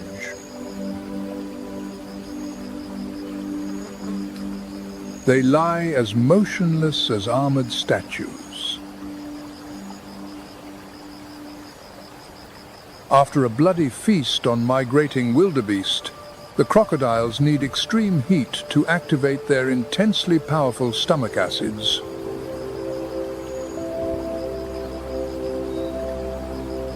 Lying side by side, they create a thermal advantage. The heat from one body warms another, forming a vast biological furnace to digest everything from femur to hoof.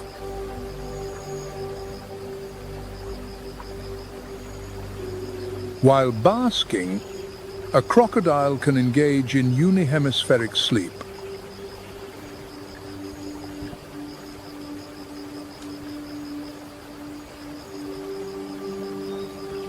One half of the brain rests, while the other remains fully alert, ever watchful for enemies.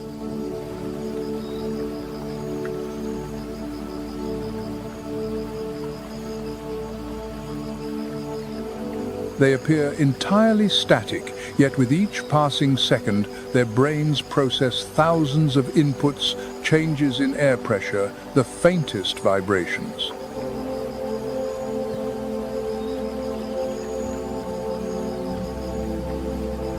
This is not lethargy. It is the storing of power for a single decisive moment yet to come. But the order of this riverbank is about to be challenged by a force from the mainland.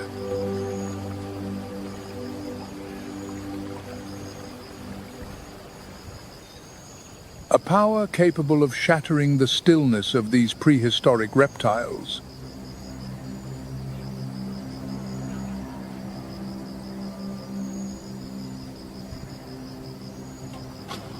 A herd of African elephants emerges.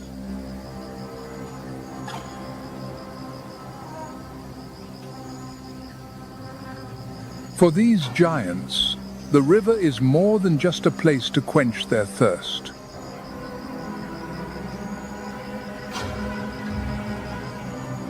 It is a sanctuary for renewing family bonds.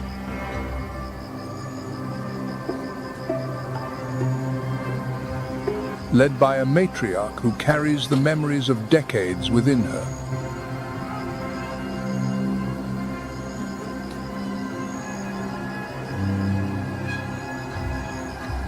The herd's majestic presence instantly strips the ancient predators of their dominance.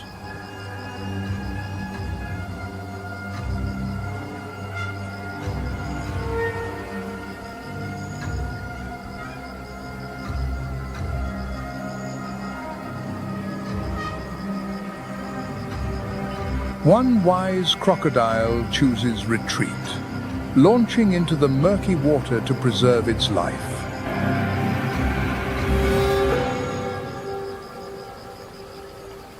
The arrival of these gentle giants swiftly alters the entire scene.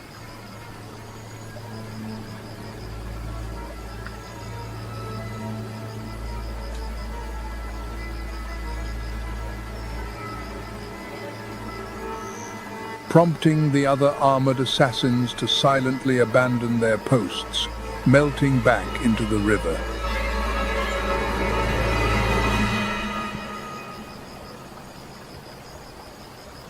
It is a silent admission of an overwhelming power.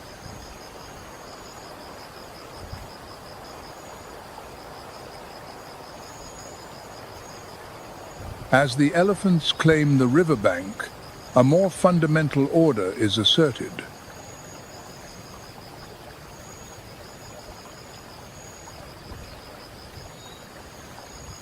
A testament to the intricate system of invisible connections that weaves together all life on the savannah.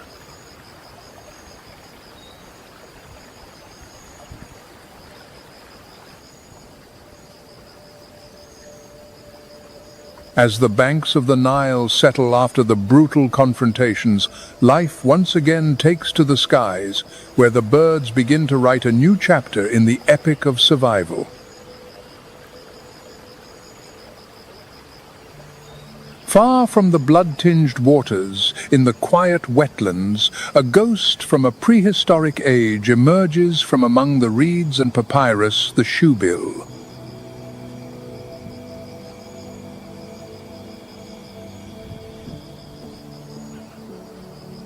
With its enormous, stone-hard beak and a chilling stare, it can stand motionless for hours, like a wooden statue carved from the past.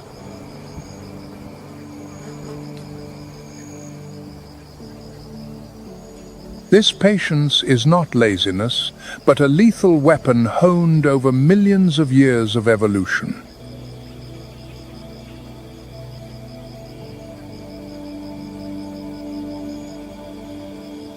The moment a lungfish carelessly surfaces from the mud, that beak strikes with the speed of a lightning bolt, sealing the prey's fate.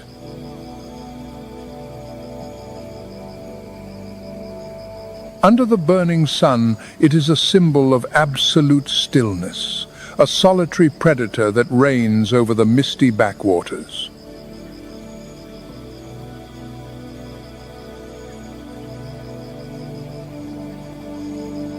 Meanwhile, on the sun-drenched grasslands, the secretary bird chooses to stride across the earth on long, elegant legs rather than soar above.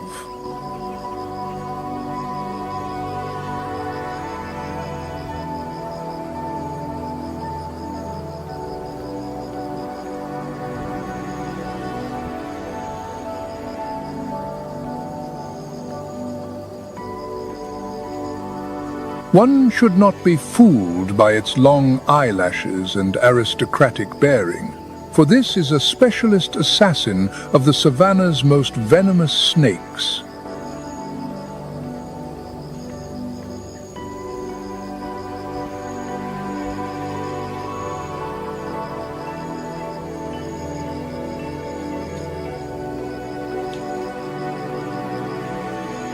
It moves like a dancer on a stage of death, its sharp eyes missing no vibration in the dry grass.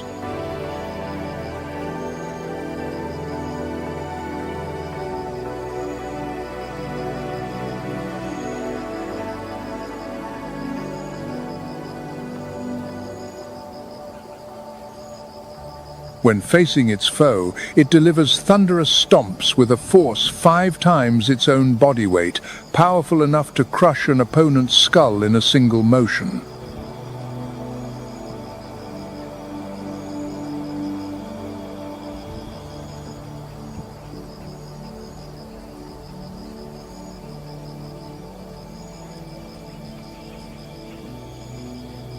It is a perfect fusion of regal beauty and destructive power, a terrestrial warrior that never retreats from danger.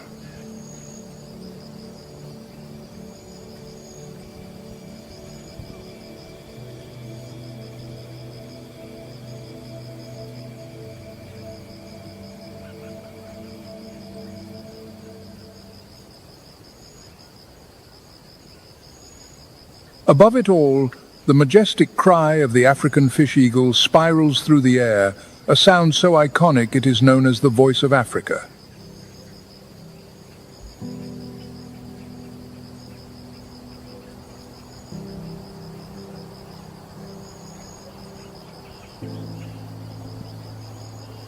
With broad wings resplendent in the morning sun, it carves circles of authority in the sky above the roiling river.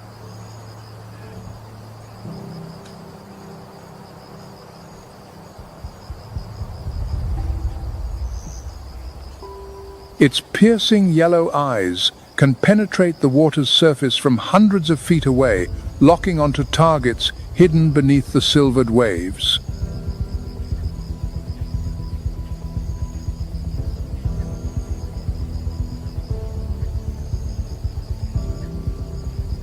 In an instant, it tucks its wings and dives like an arrow, using talons as sharp as razors to lift its prey from the water in a dance of power and precision.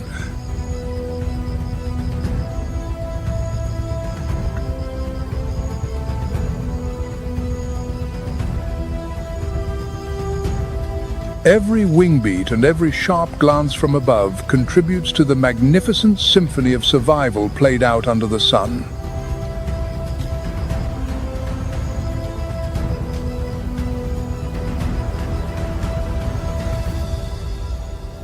When these wings come to rest in the high branches, they make way for a new chapter in the struggle, one that continues quietly in the sweltering shade.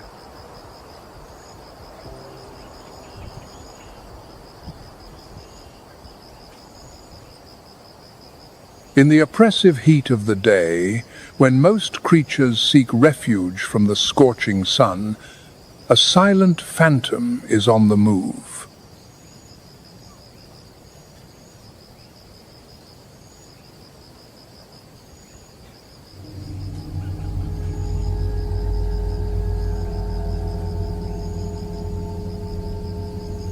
The African leopard.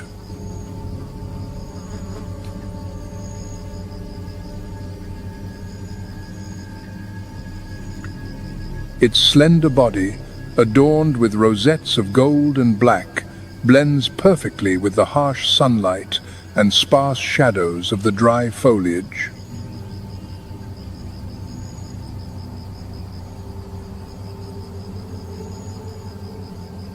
While lions and cheetahs are exhausted by the heat, this solitary assassin sees it as a golden opportunity.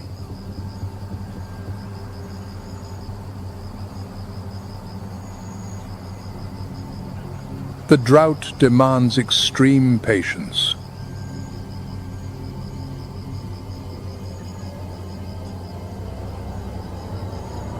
It can lie motionless for hours, still as a stone, its cool eyes scanning the sun-drenched landscape for a young antelope or a troop of monkeys weakened by thirst.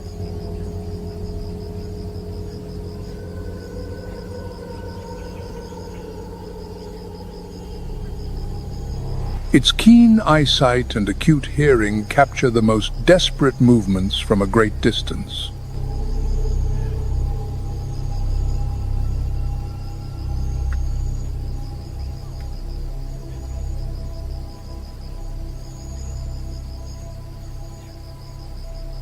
And when the moment comes, the midday stillness is torn apart.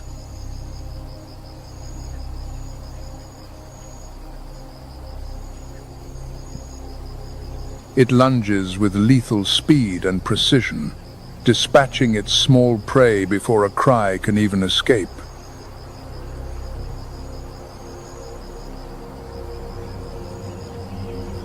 But in this thirsty land, making the kill is only half the battle.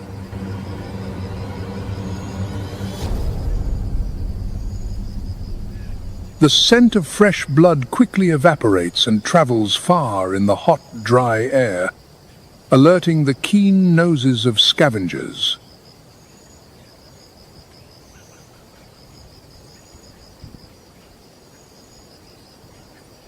Wasting not a second, the leopard displays its extraordinary strength.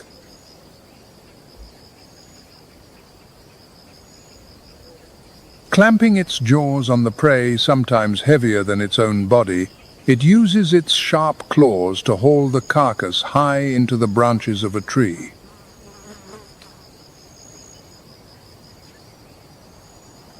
This is the ultimate survival strategy.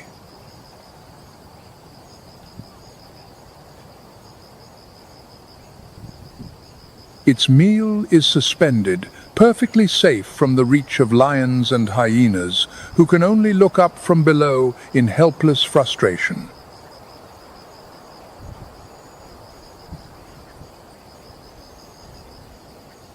In an environment where resources are unpredictable, the cunning and vertical power of this solitary hunter are a perfect testament to adaptability and resilience.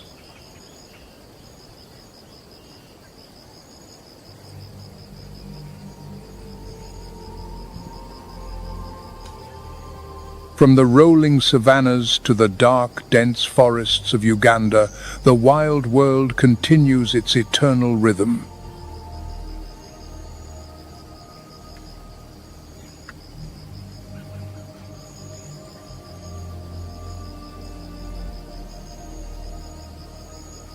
Elephant herds move with a quiet majesty. Lions assert their dominance under the setting sun, and countless other creatures struggle daily to survive against all odds.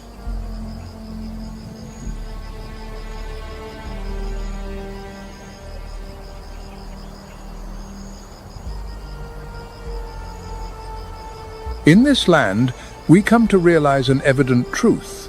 The greatest power belongs not to the tooth and claw of the hunter, but to the strength that nurtures and sustains life.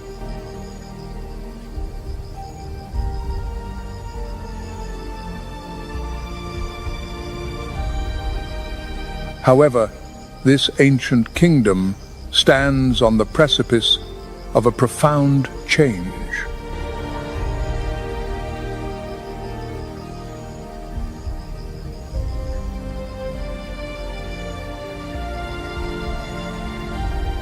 The most devastating battle for survival that all species now face is no longer fought by the laws of the jungle, but against the harsh realities of a changing global climate.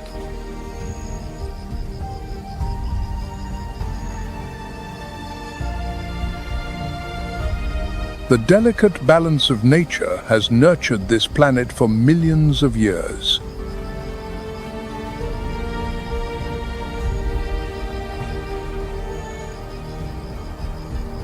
Under the crimson sunset of the savannah, each individual is an inseparable part of a sophisticated and miraculous web of life.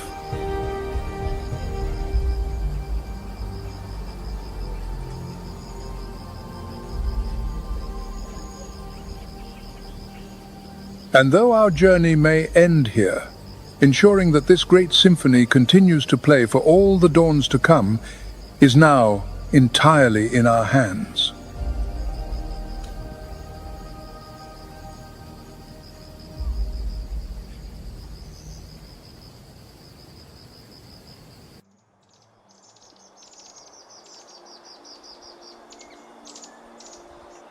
High above, the stillness of the forest is suddenly shattered.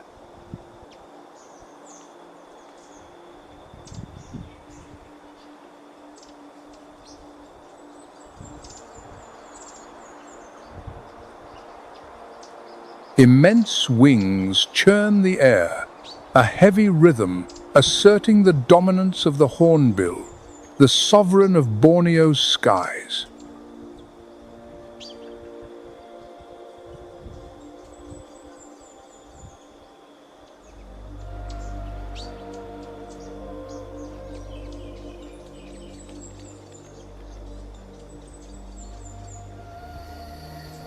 This island is a sanctuary for 8 distinct species of hornbill.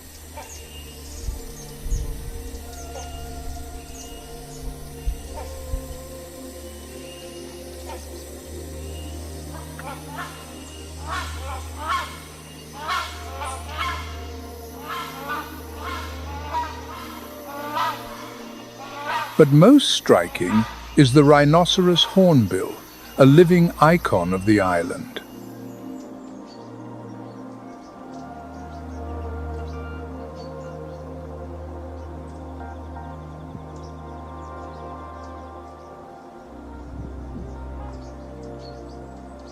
Its hollow casque acts as a resonance chamber, amplifying calls that carry for miles to mark territorial boundaries.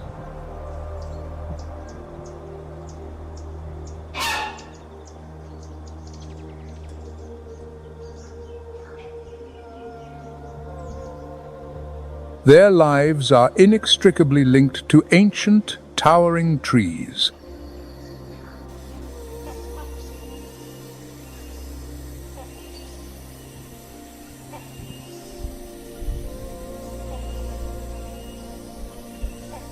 The continuity of their lineage depends entirely upon these hollow trunks.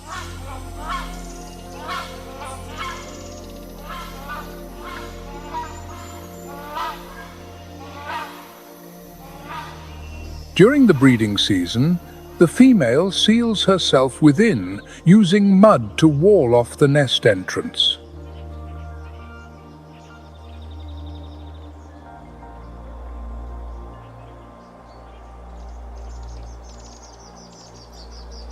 She remains there for weeks, molting and nurturing new life in total seclusion.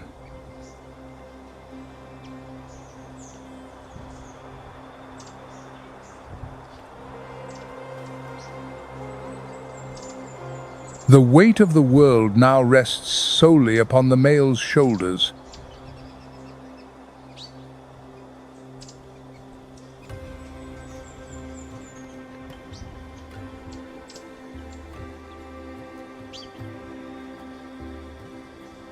The survival of the entire family depends on his loyalty and endurance.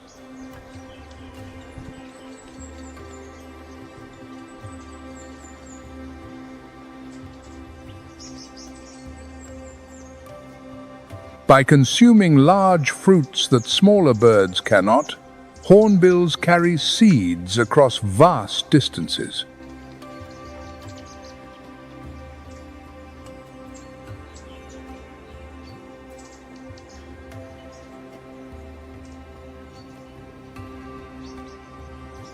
Their flights initiate a continuous process of rebirth, redrawing the map of the forest.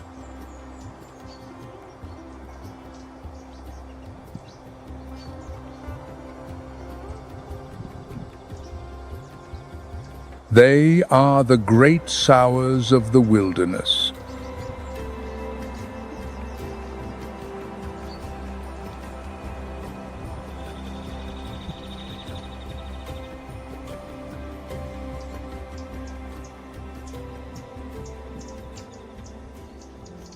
Among these branches, we also find the Bornean orangutan, the titan guarding the soul of Southeast Asian jungles.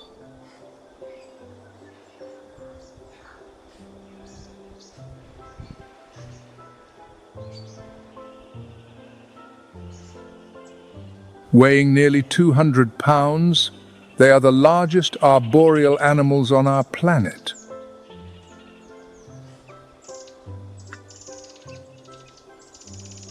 Mature males possess large cheek pads, which help project their territorial calls across several miles.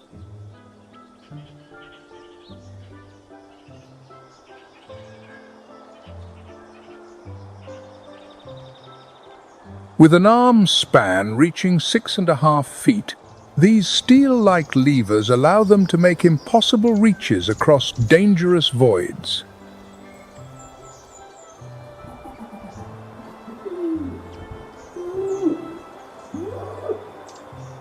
To move such a massive frame requires immense energy. Intelligence is their ultimate tool.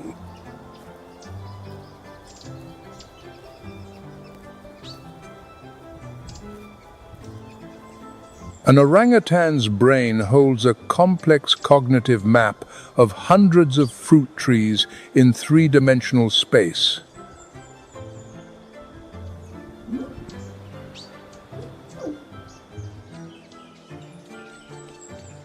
More importantly, it masters the growth cycles of every individual species.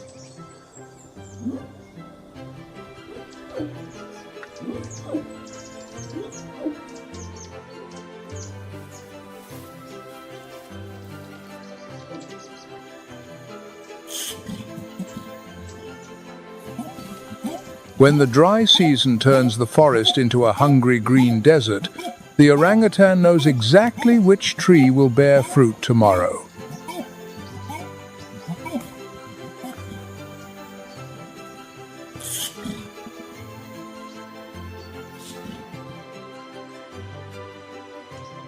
After 8 months of gestation, the female begins an uninterrupted 7-year commitment.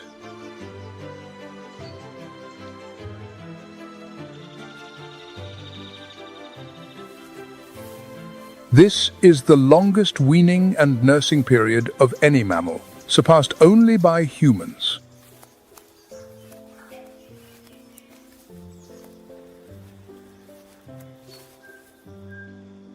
It is a rigorous course in survival, where every secret of the jungle is meticulously passed to the next generation.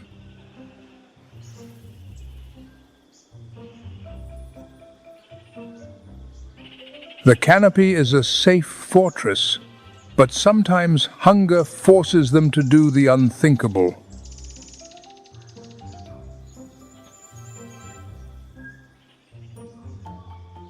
Descending to the forest floor is a step into extreme risk.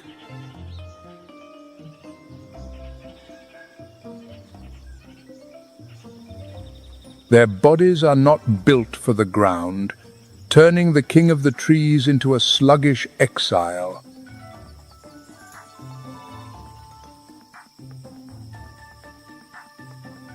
In the shadows of the dense undergrowth, the forest's top predators are waiting.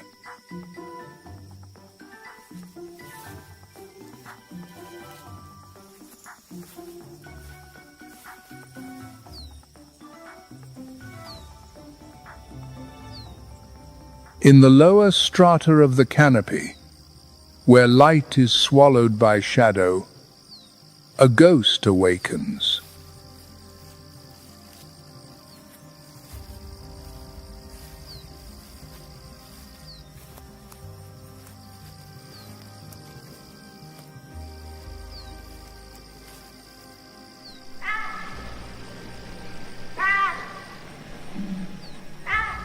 This is the realm of the sunder-clouded leopard, a mystery of the Bornean wilds.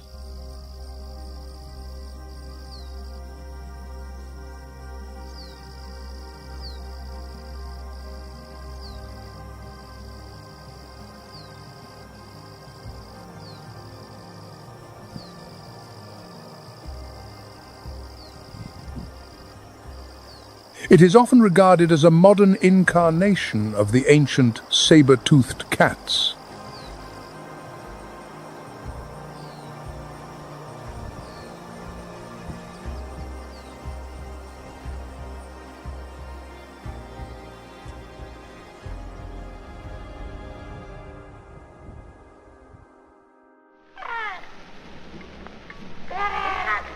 It possesses canines over 2 inches long, the largest relative to body size in the feline family.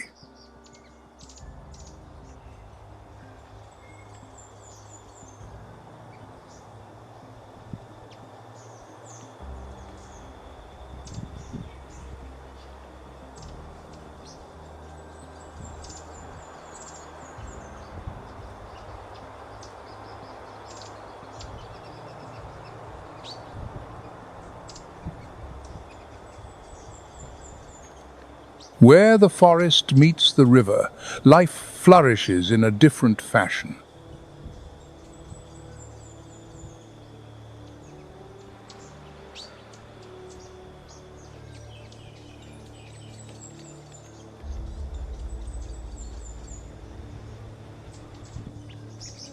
The proboscis monkey is an extraordinary species found nowhere else but Borneo.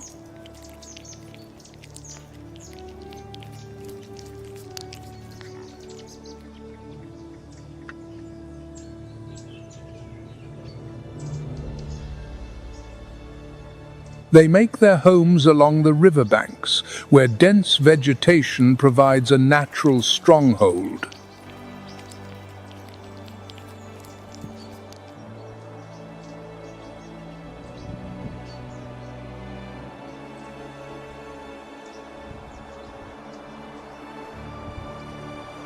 In their society, the larger the nose, the higher the status.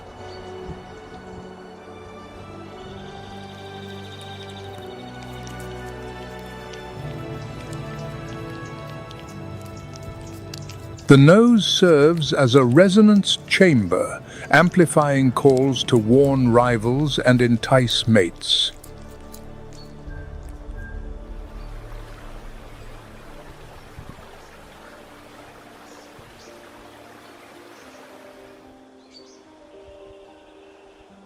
To survive on nutrient-poor mangrove leaves, they have evolved a complex, multi-chambered stomach similar to ruminants.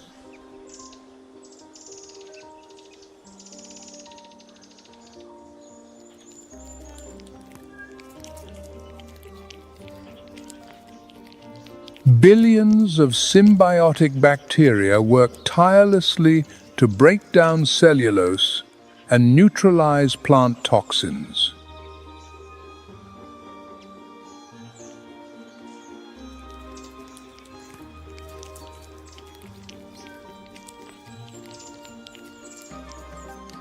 This adaptation allows them to exploit a food source that other competitors must ignore.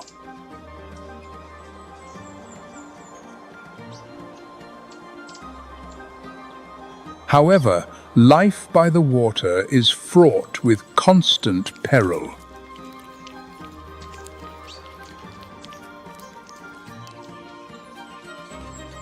When food becomes scarce, they must make a daring choice.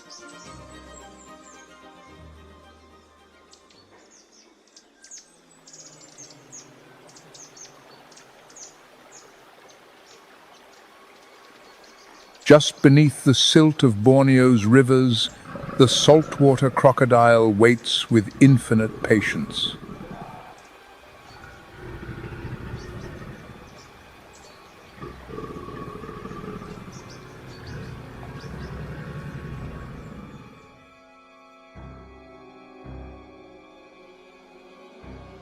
Reaching lengths that can exceed 20 feet, this is the largest living reptile, the supreme monarch of brackish waters.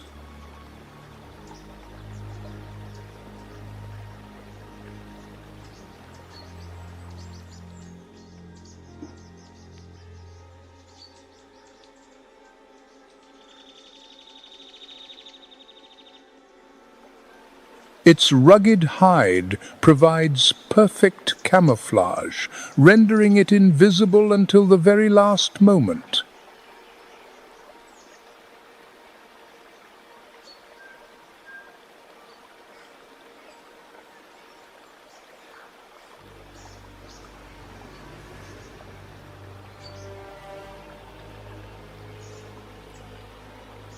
Thousands of sensitive pressure receptors on its jaw act as a radar system, detecting vibrations from dozens of yards away.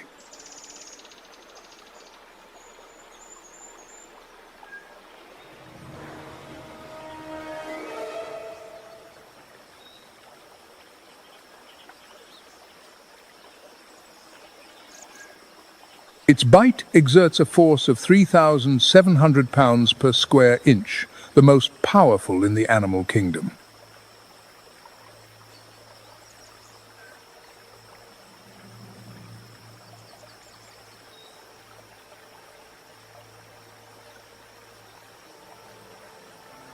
In Borneo, a single moment of inattention can cost one's life.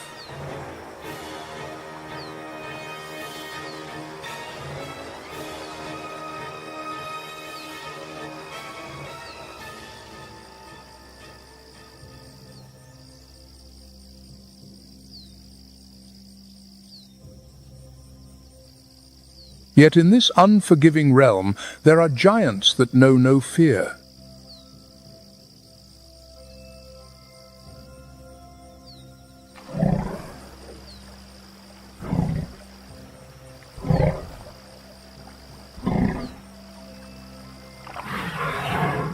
Emerging from the mist, the Bornean elephant appears in all its majesty.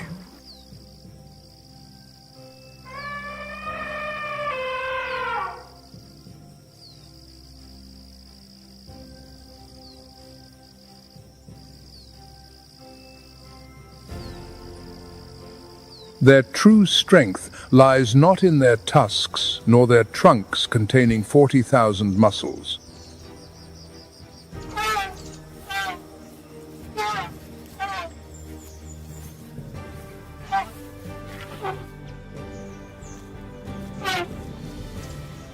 That strength is found in unity and collective wisdom.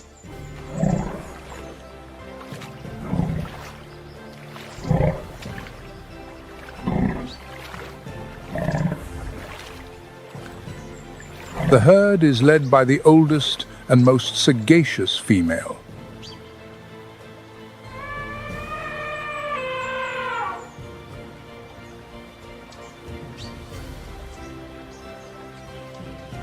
Her brain is a living library, retaining maps of every water source and meadow for the past 60 years.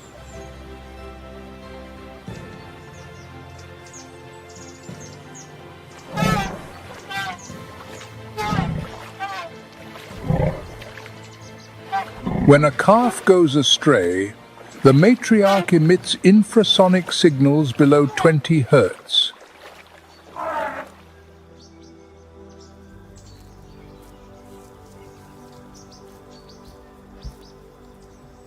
This sound travels through the ground for miles to summon the members.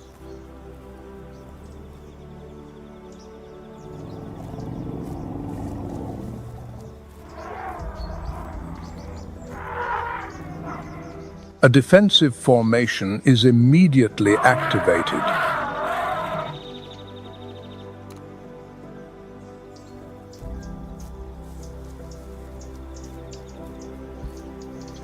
A natural strategy, where the family is the beginning and the end of all protection.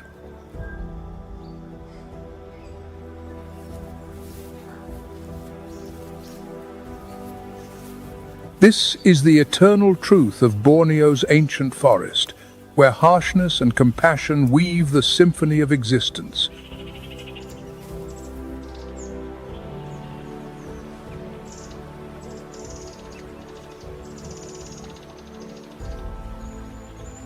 Further down, where fierce rivers carve into the mountain foothills, the face of the forest begins to shift.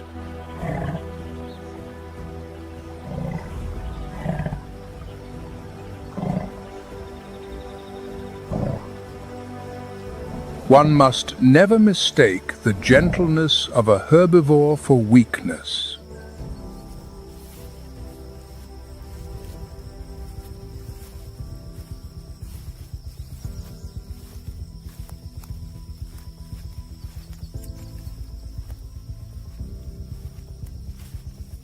The sambar deer is the largest deer in Southeast Asia and one of the island's most robust land mammals.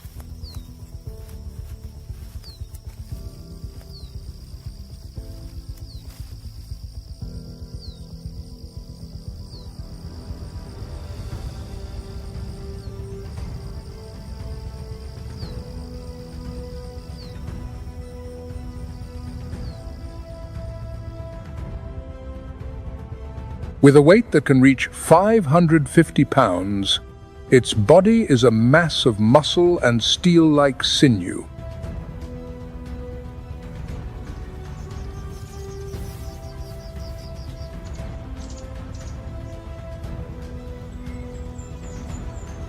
Sambar are highly selective browsers.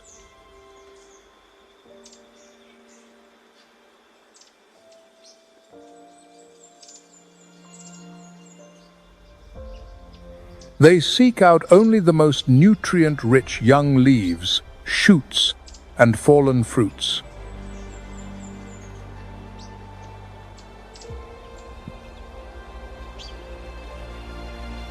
This premium fuel is converted directly into muscular power and tools of authority.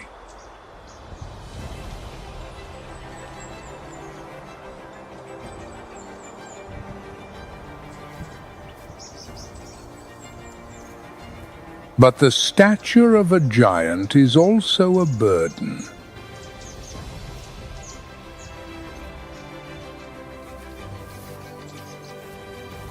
In the eyes of predators, a sambar is a massive, mobile reservoir of protein.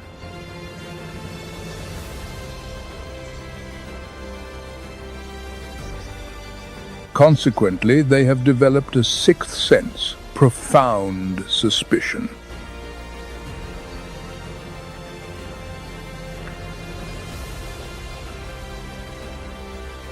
Large ears rotate constantly like radar to detect the slightest hint of danger.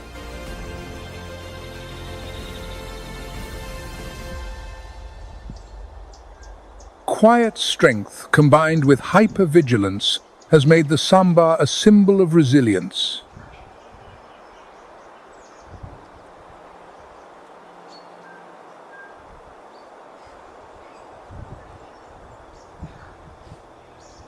Following in the tracks of giants is the sun bear.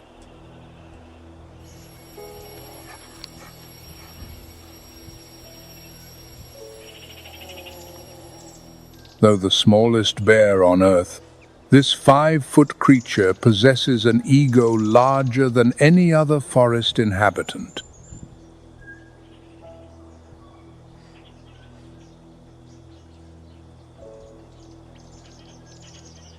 Nature has equipped it with a perfect toolkit. Its claws are specialized for climbing and tearing through wood.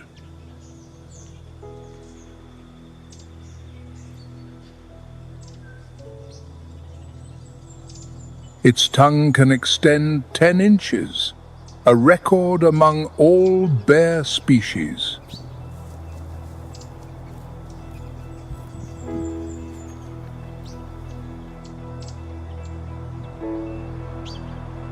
Loose skin around the neck acts as biological armor, allowing it to ignore the stings of 1,000 bees.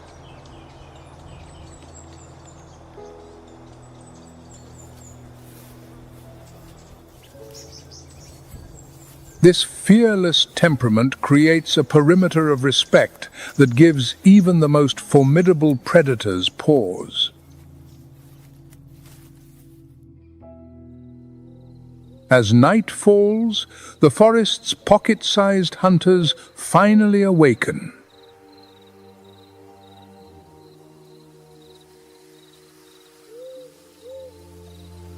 This is the tarsier, a primate measuring barely 4 inches in length.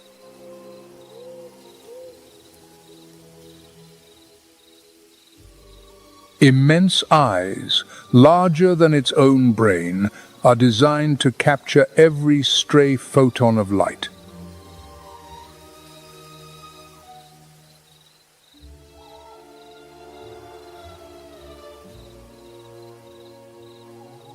Because they are so large, these eyes are fixed within the skull.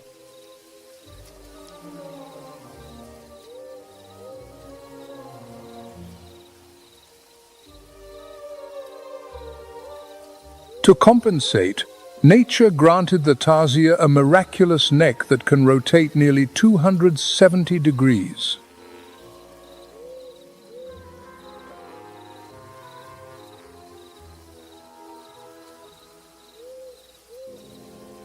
The tarsier is the only primate in the world that is entirely carnivorous.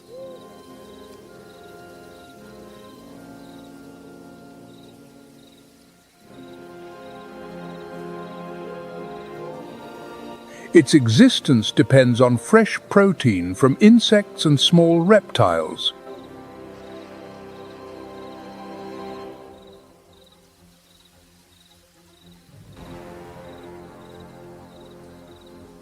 The secret is in the hind legs, which feature unusually long tarsal bones.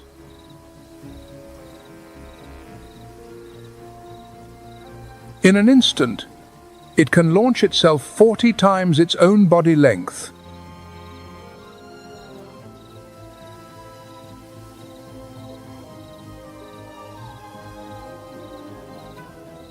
They communicate via ultrasound at 91 kilohertz, well beyond the hearing of predators like owls or snakes.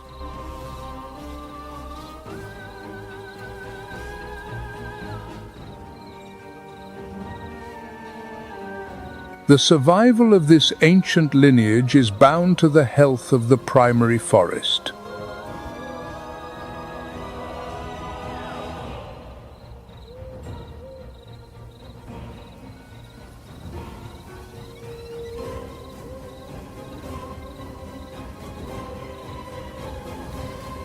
Further north, a shadow battalion seizes control of the night sky.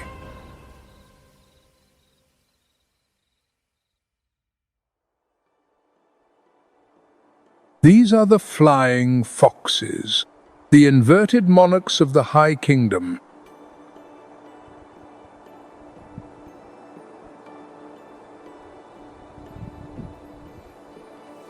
This is the largest fruit bat on Earth, with a leathery wingspan of 5 feet.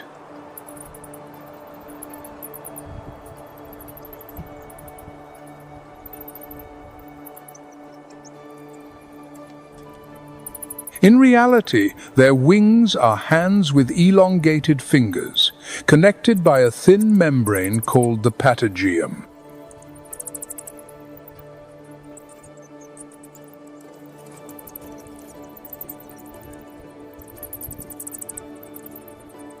Unlike their smaller echolocating cousins, flying foxes rely on keen eyes and a sharp nose to detect ripening fruit from afar.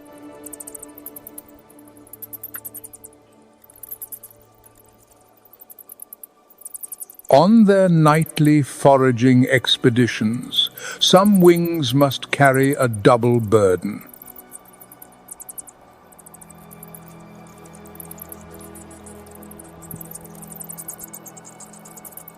A pup must cling tightly to its mother with feet and claws, becoming an inseparable part of her aerial acrobatics.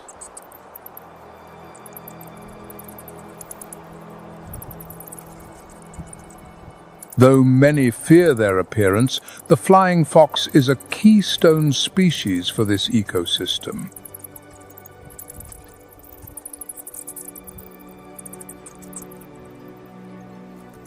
As they fly, tons of seeds are dispersed throughout the forest.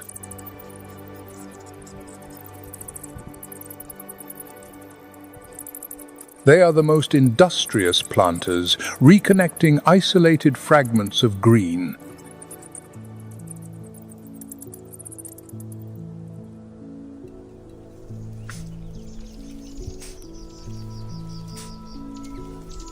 When the sun sets, the ancient forest does not sleep.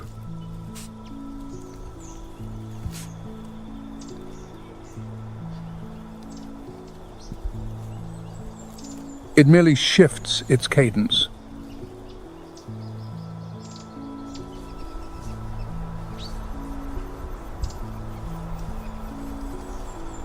The Sunda pangolin is the only mammal on Earth to trade warm fur for a suit of cold armor.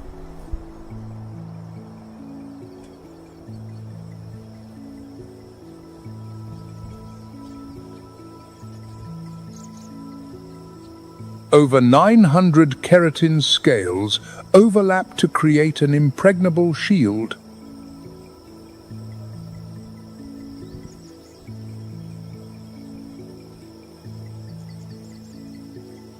When threatened, it curls into a dense, armored sphere.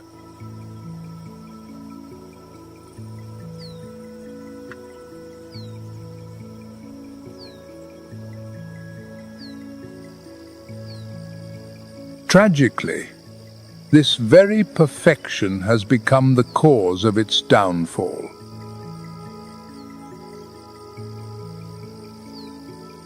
Humans have turned this proud armor into baseless traditional medicines, pushing the Sunda pangolin toward extinction.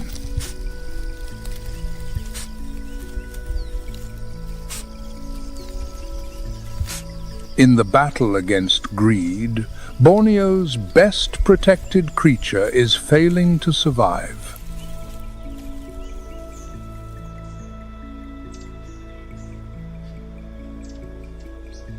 The green peafowl, or Indonesian peacock, is a rare bird of regal splendor.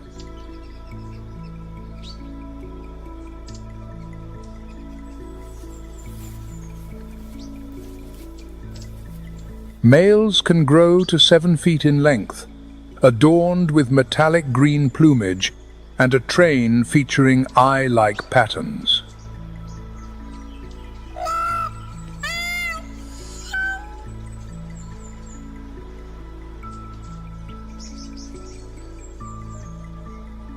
The breeding season coincides with the rains, when males display their fans in complex dances to attract mates.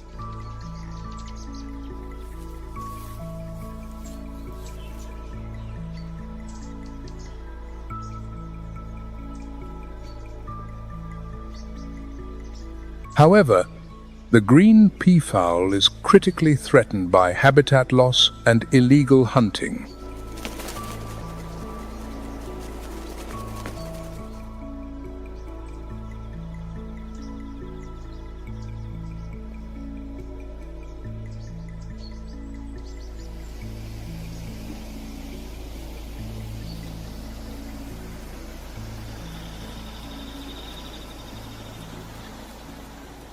Deep within the tropical forests of Java, the dhole exists silently like a crimson spectre.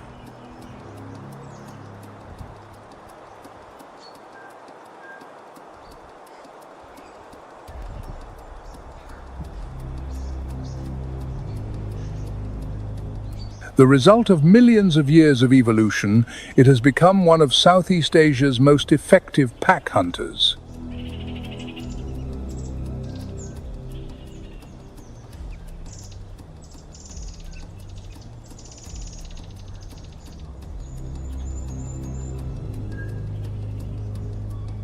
Dholes hunt in packs of 5 to 12, coordinating through long whistles that echo through the forest.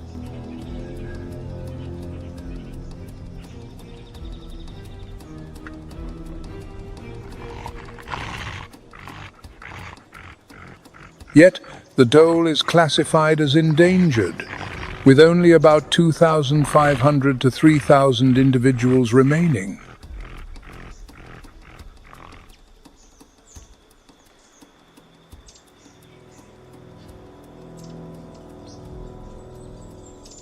Sumatra is a cradle of biodiversity, where many endemic species struggle to survive in the forest's shadow.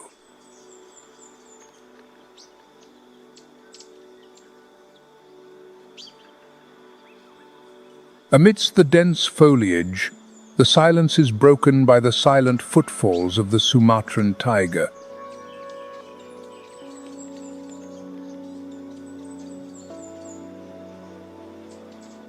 It is the last remaining tiger subspecies in Indonesia and the smallest of all tigers.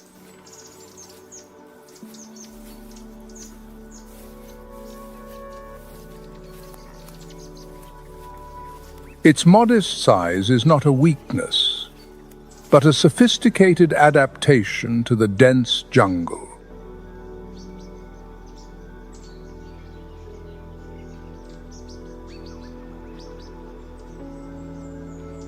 A compact, agile body allows it to weave through tangled vines and narrow trails where prey least expects it.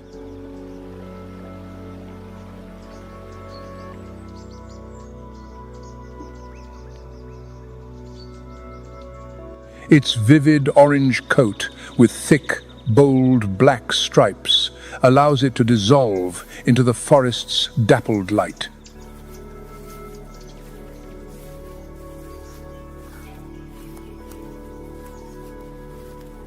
These patterns are more than mere markings. They are perfect camouflage that shatters its silhouette.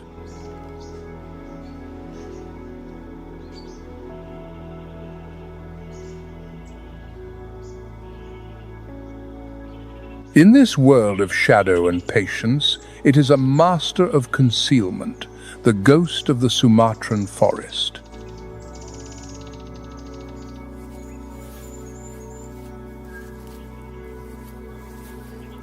But that authority is now more fragile than ever.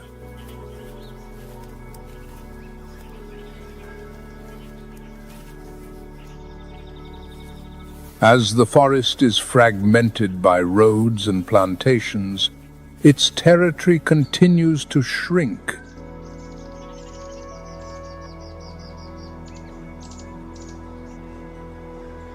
With only a few hundred left in the wild, every step of the Sumatran tiger is more than a hunt.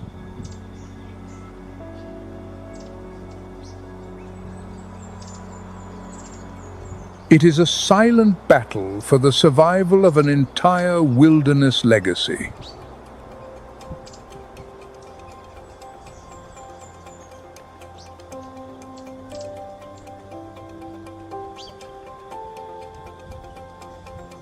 Hidden within Sumatra's thickest foliage, a phantom from prehistoric times still endures.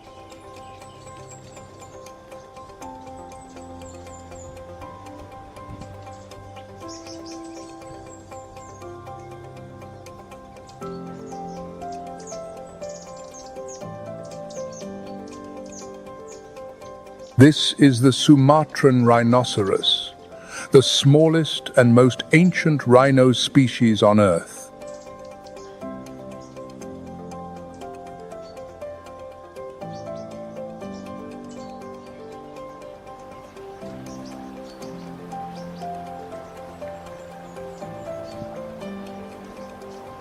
It is the closest living relative to the woolly rhinoceros, a relic of an ice age that ended millennia ago.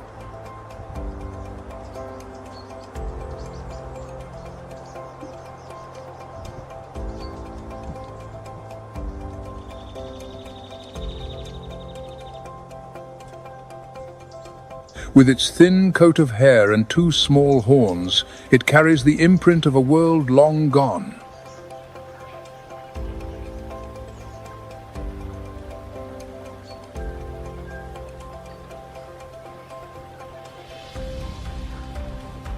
But this echo from the past is slowly fading away.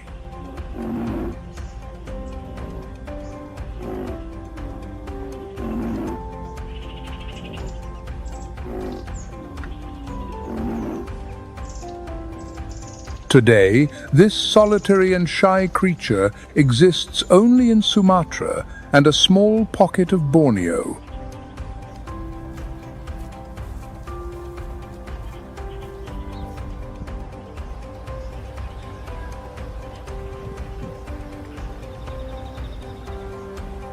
With fewer than 80 individuals left in the wild, it stands on the precipice of extinction, listed as critically endangered.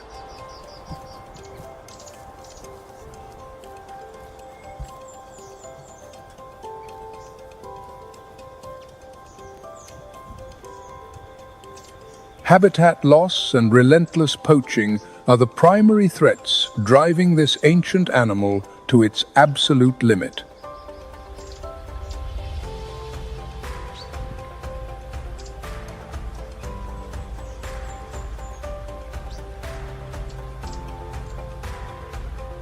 Each footstep in the quiet forest is a fragile reminder of a heritage we are at risk of losing forever.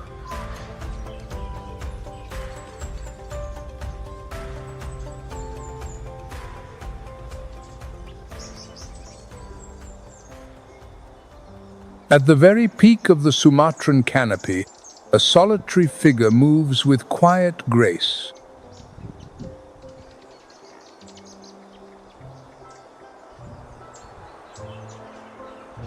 This is the Sumatran orangutan, known in the local tongue as the person of the forest.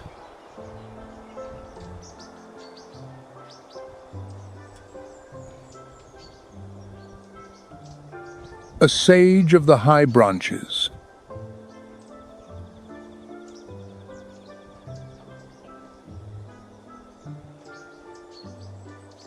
A master of the heights, it rarely descends to the damp ground where danger constantly lurks.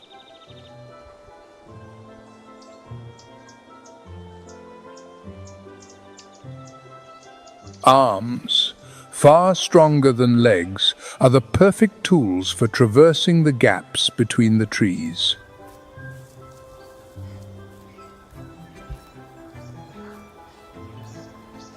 Every movement is intentional, slow, and deeply calculated.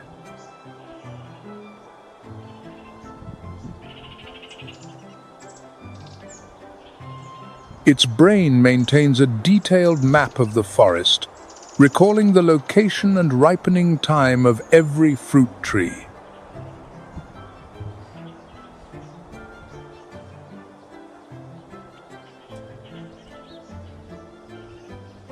Yet its greatest legacy is passed down through an unbreakable maternal bond.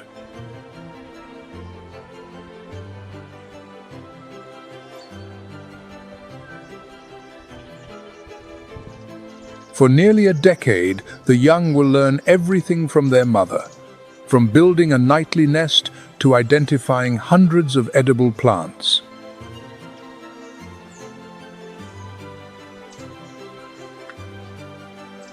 It is one of the longest and most complex learning periods in the entire animal kingdom.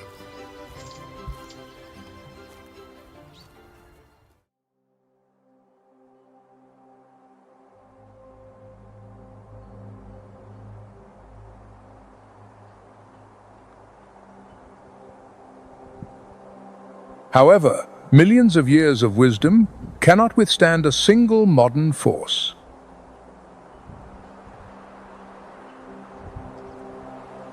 Beneath their high paradise, the roar of chainsaws is growing louder.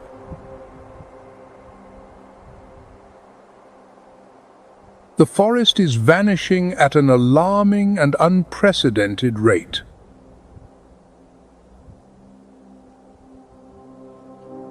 With only about 13,000 remaining, each individual is a precious gem, a flickering hope for Asia's only great ape.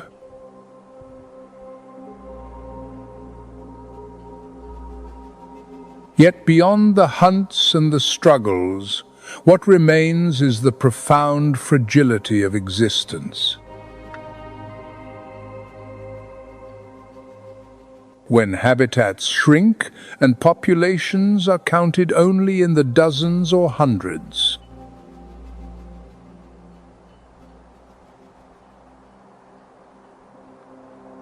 Every living soul becomes a living legacy of millions of years of evolution.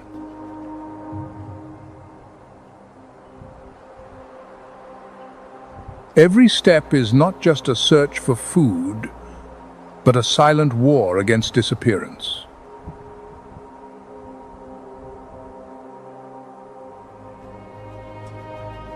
Life here requires no myth to achieve greatness.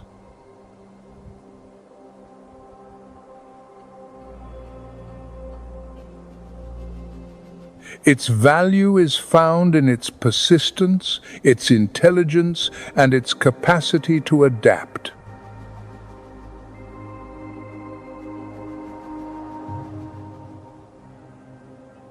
And the future of that legacy no longer rests on instinct, but on the choices made by humanity.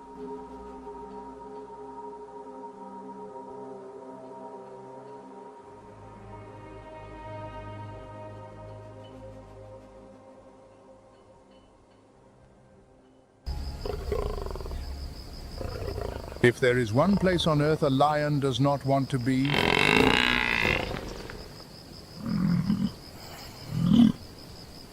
it is here, caught between a herd of buffalo and a great river.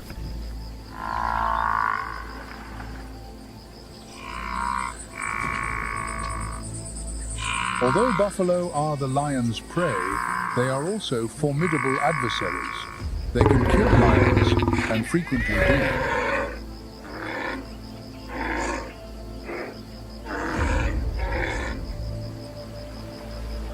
The pride has not eaten, and now they are the ones being challenged. A wall of horns advances.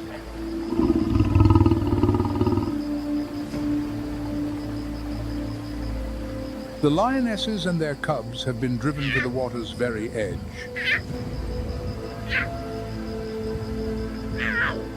They have nowhere left to run.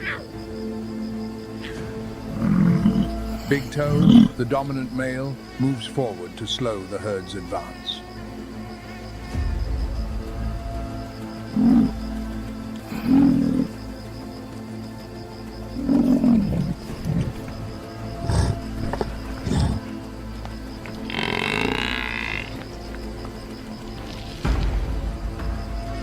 He stands between the buffalo and the rest of his pride. He attempts to hold his ground.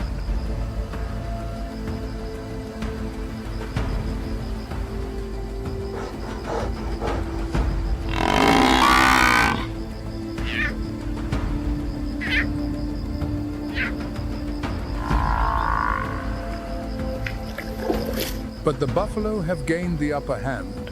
One bull charges.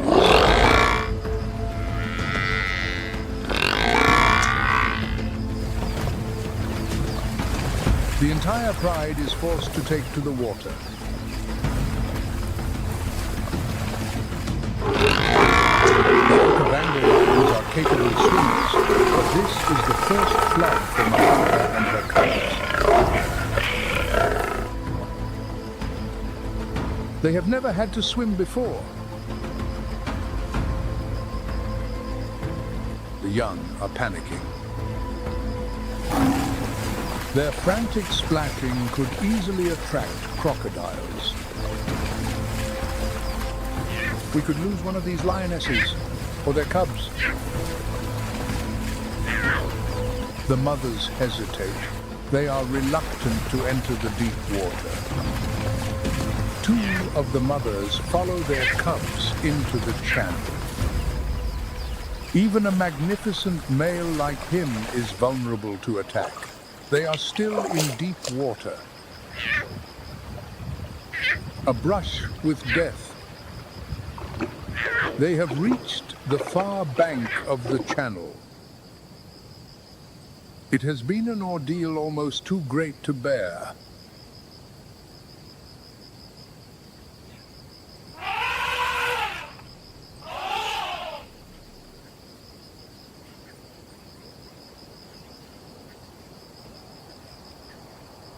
While the terrestrial hunters struggle in the mire, the open sky belongs to another sovereign.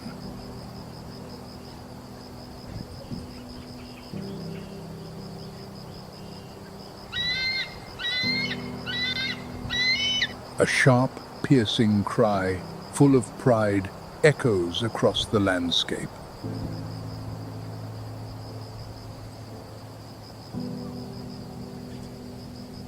It is the signature call of the African fish eagle.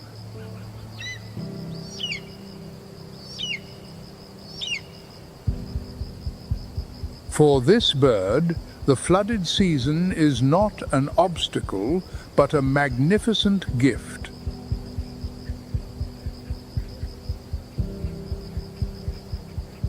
The rising waters expand the river's boundaries, bringing countless fish into the shallow grasslands.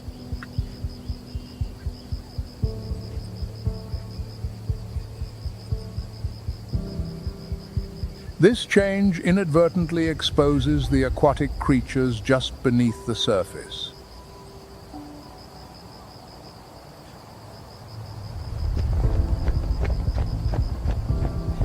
From 100 feet above, the eagle's keen eye locks onto a flicker of movement.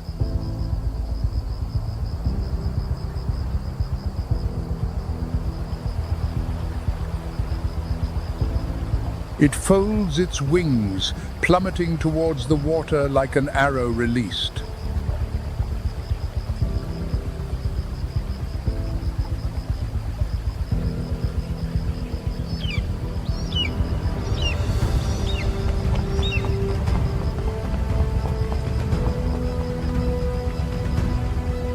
In an instant, its powerful talons strike, gripping the slippery, scaled surface of its prey.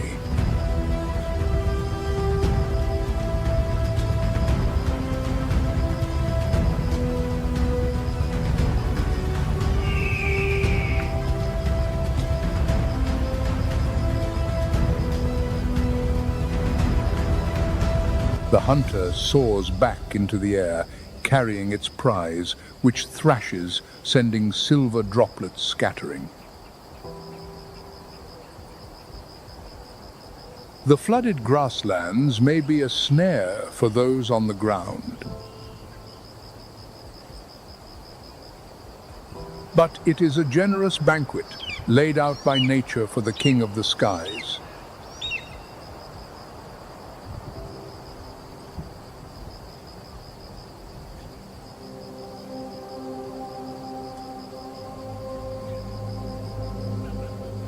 Following the fish eagle's flight, we are led to calmer, shallower waters.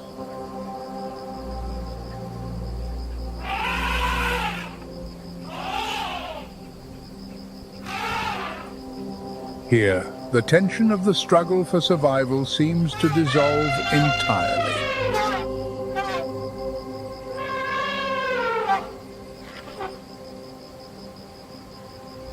In its place is the unhurried rhythm of the planet's largest land animal.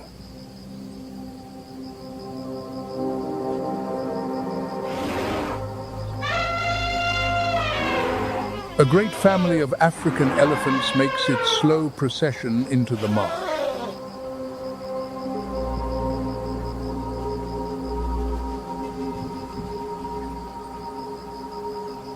Leading them is the old matriarch, the keeper of the herd's collective wisdom.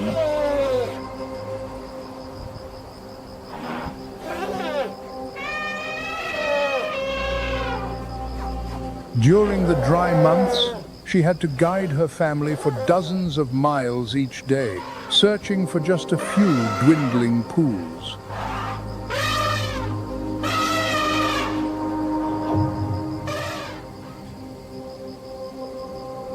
But now, that arduous journey is a distant memory.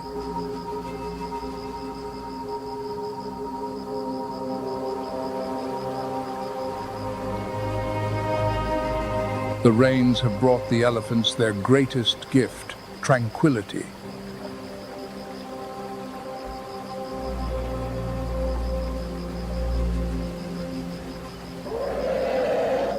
Dexterous trunks draw up cool, clear water, soothing the equatorial heat.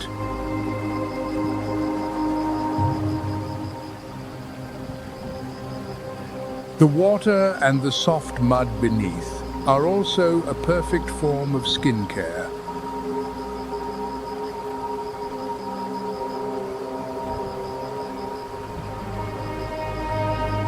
They spray this mud over their thick yet surprisingly sensitive skin.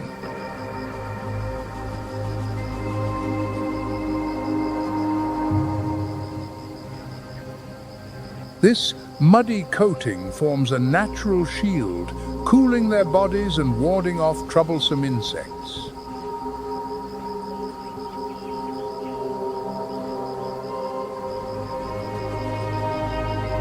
Amid this peaceful scene, the youngest elephants enjoy a moment of carefree delight.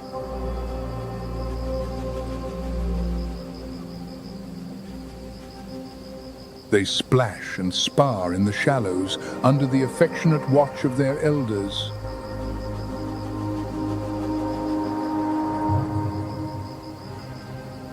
These games are more than simple entertainment.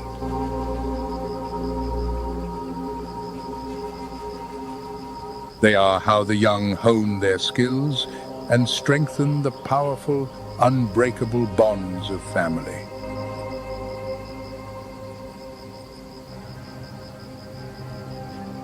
Their immense weight is now gently supported by the water.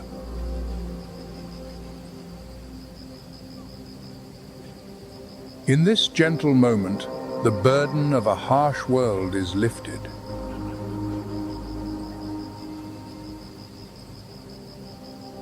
The vast wilderness seems to hold these gentle giants in its embrace.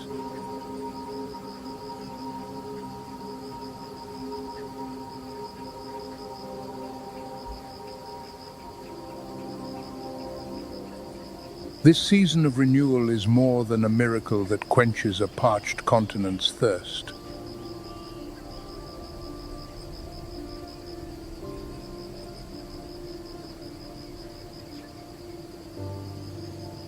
It is a great and powerful force, rewriting the unforgiving rules of the natural world.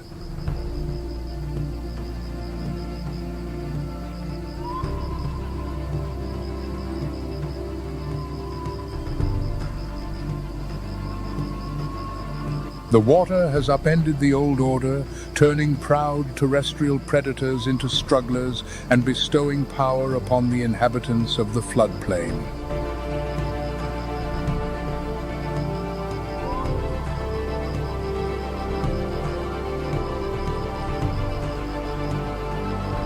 This glorious abundance is, in the end, but a brief chapter in the eternal cycle of the seasons.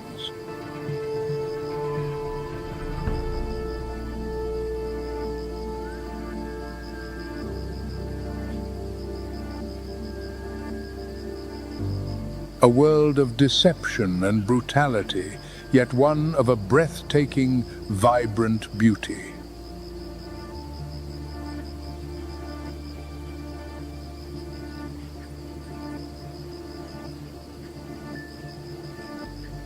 And as long as the first rains return, the grand symphony of life in this green realm will never fall silent.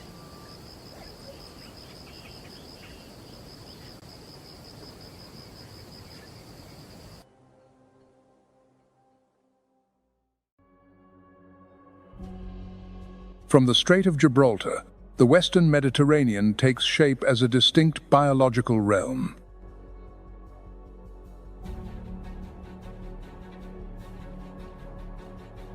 It is the first region to receive the cold, oxygen-rich and nutrient-dense waters from the Atlantic.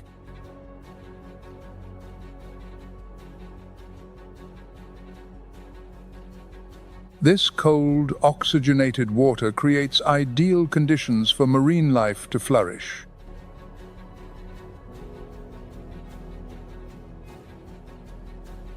In the Alboran Sea, in particular, a natural process known as upwelling frequently occurs.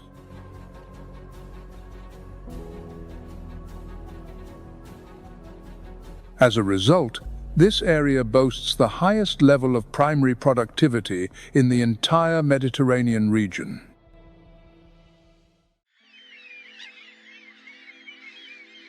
Amidst the cool blue waters, where oxygen and sunlight are plentiful, a small dash of color suddenly appears on the cliffs. It is the Atlantic puffin.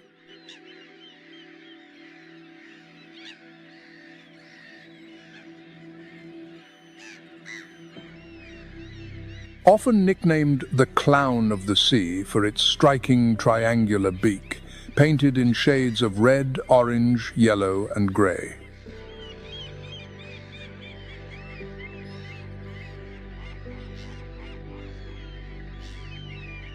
This vibrant palette appears only in the spring, during the breeding season, and quietly fades as winter returns.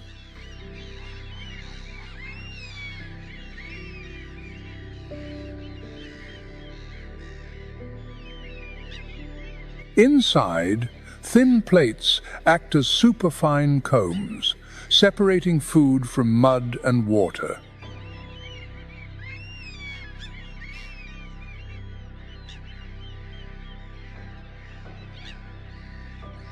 With this setup, a single puffin can dive and catch more than 10 fish at once, neatly arranged in its beak.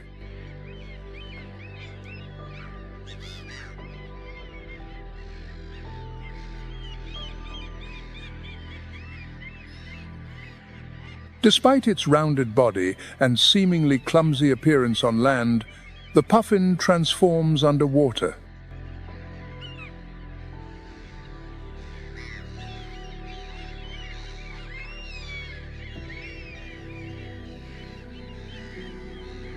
Its small wings act as aquatic paddles, generating powerful propulsion through the water.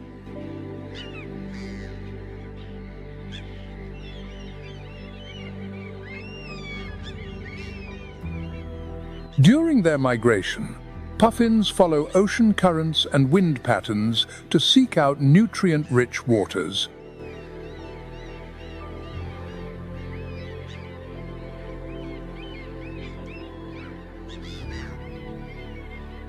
The Alboran Sea, in particular, benefits from the interaction of Atlantic currents and local winds.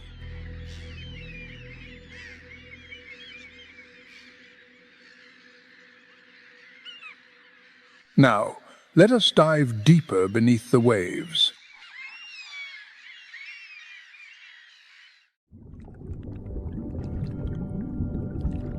Below the clear blue surface are lush seagrass meadows known as Mediterranean tapeweed.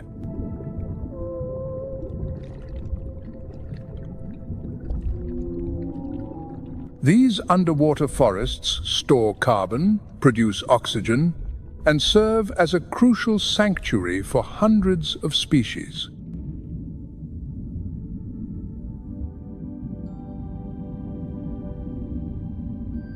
In deeper waters, colonies of long-lived oysters build enormous limestone reefs over centuries.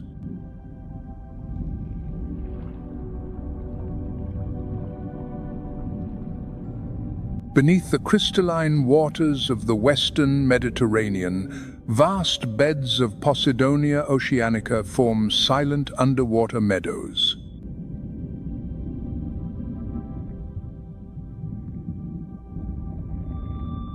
Loggerhead sea turtles are frequent visitors to these seagrass beds, drawn here to feed and rest.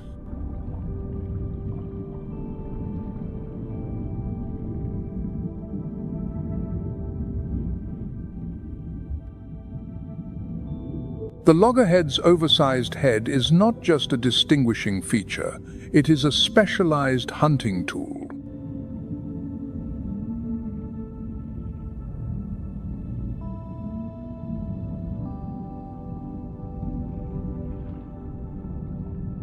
Within that seemingly cumbersome head lies a powerful jaw structure capable of generating one of the strongest bites.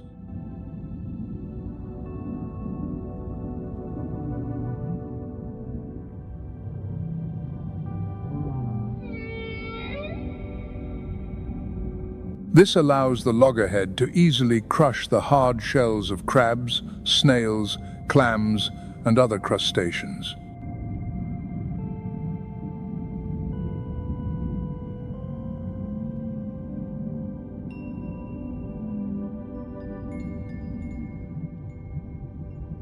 Despite its slow, awkward movements on sandy shores, the loggerhead is capable of swimming thousands of miles.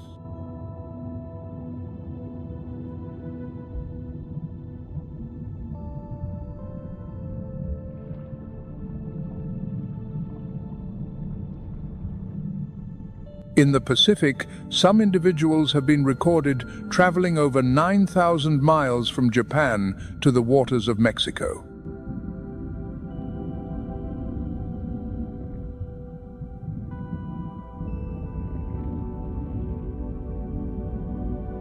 In the Mediterranean, their journeys are shorter, but no less demanding.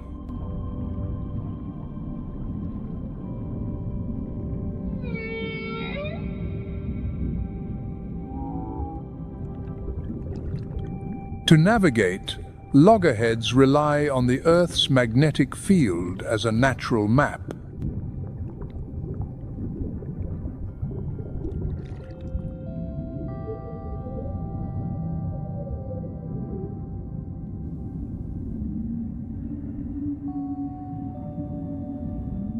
From the moment they hatch, loggerhead sea turtles enter a mysterious chapter that biologists call the lost years.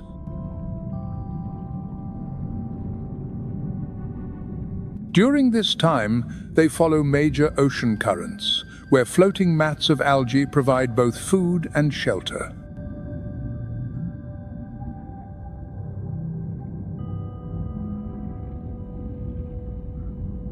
Perhaps one of the most profound and moving mysteries of the natural world is the power of memory.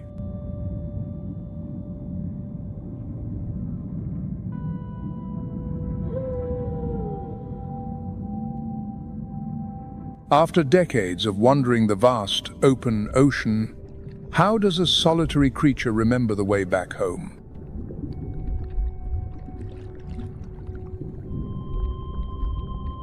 It has no map, no compass.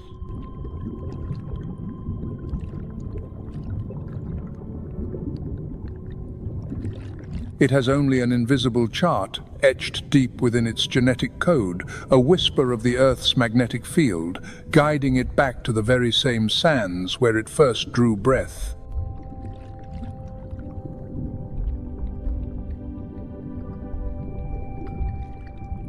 This journey across thousands of miles is more than a migration.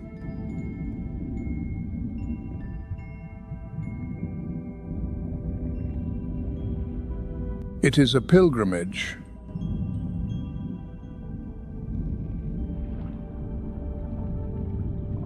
An ancient promise fulfilled, to complete a circle of life that has been repeated since the age of the dinosaurs.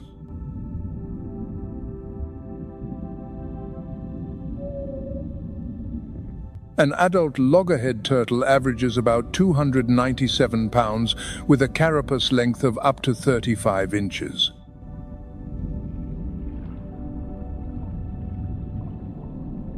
They typically begin to reproduce between the ages of 17 and 33 and can live for more than 60 years.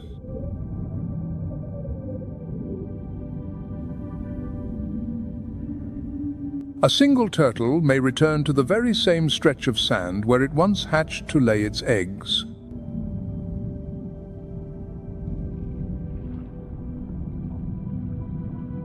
As they mature, loggerheads return to coastal waters and begin to select long-term feeding grounds.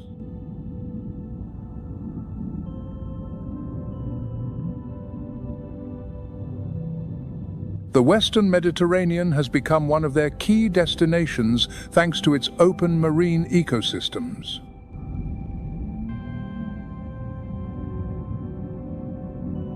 It is the ocean sunfish, the gentle giant of the sea with its flat disc-like body.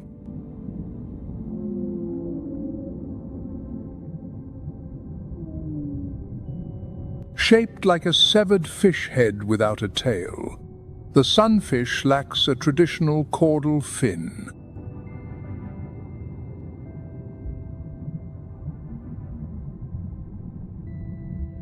Its two large vertical fins flap like oars, giving it a slow, clumsy swimming motion.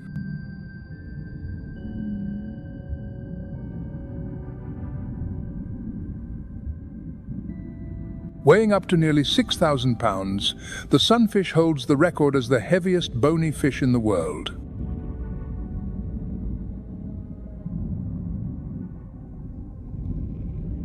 Yet, within that massive body is a gentle creature with a small mouth and fused teeth.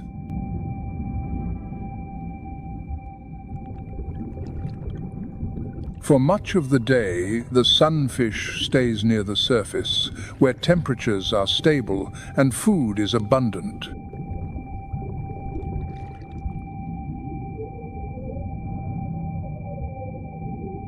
Their characteristic sunbathing behavior usually occurs in the morning when the sunfish floats on its side, basking in the sunday.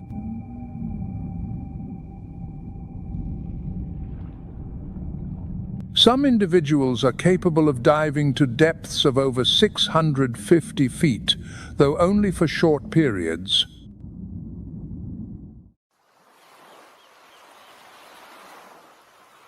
History is not always written on stone or paper.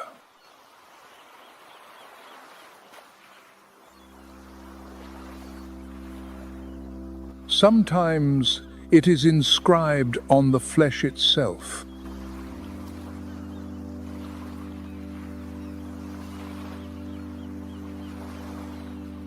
Each scar on the body of a Risso's dolphin is a chapter in the chronicle of its life.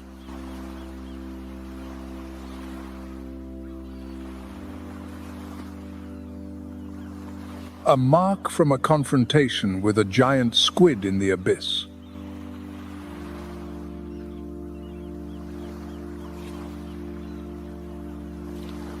A scratch from the complex social interactions with its own kind.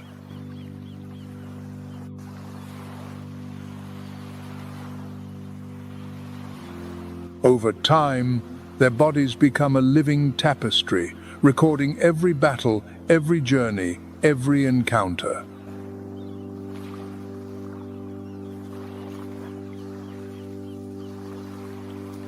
To look upon a mature Risso's dolphin is not just to see a creature.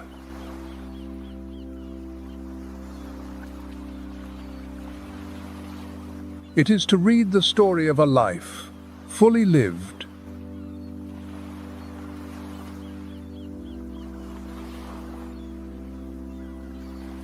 But deeper, in the twilight layers, another presence emerges, the Risso's dolphin.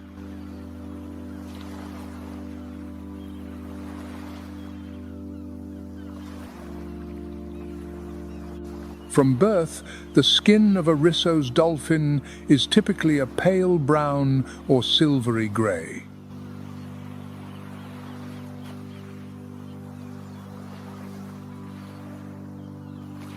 But over time, every social interaction and every deep-sea hunt leaves its mark.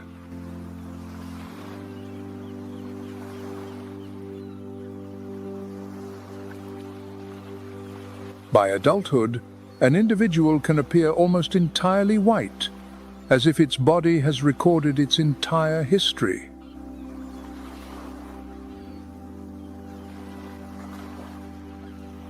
With a robust body, about 10 to 13 feet long and weighing from 660 to 880 pounds.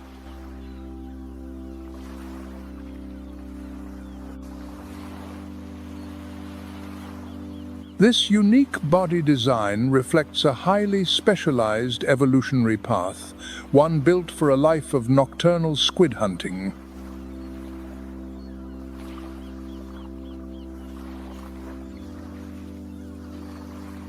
In the western Mediterranean, where the seabed slopes into deep canyons, Risso's dolphins inhabit the edges of the continental shelves.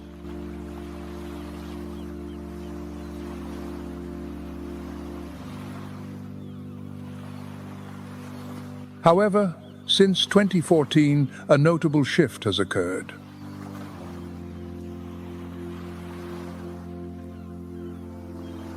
More individuals have been observed farther offshore at an average of 29 miles.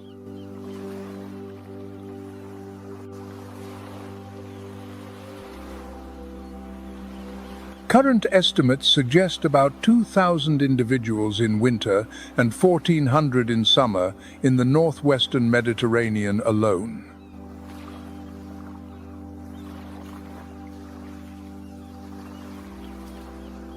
Their social structure is highly fluid. They typically live in groups of 10 to 50 individuals.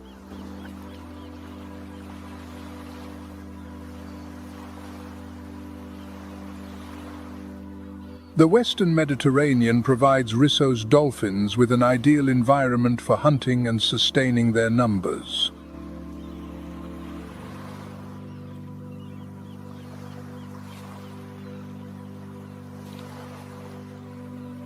But this dependence on a very specific habitat also makes the species extremely vulnerable.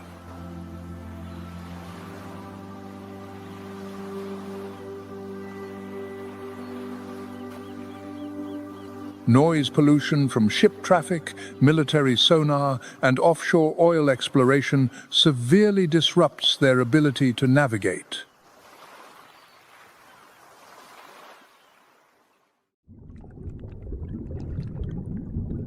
This is the largest and most powerful of the bluefin species.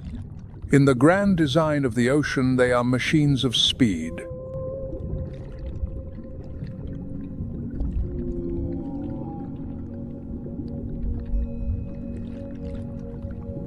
An adult Atlantic bluefin tuna can grow up to 10.5 feet long and weigh nearly 2,000 pounds.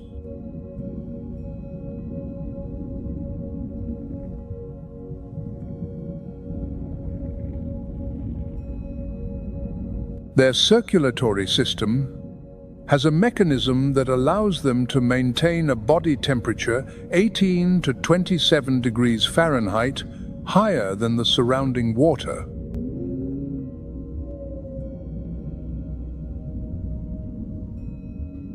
Their bodies are built almost entirely of muscle, in constant motion.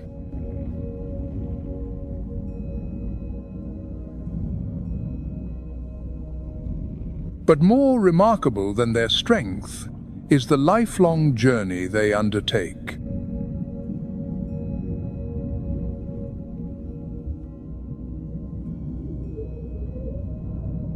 Atlantic bluefin tuna are born in only two places, the Gulf of Mexico and the Western Mediterranean.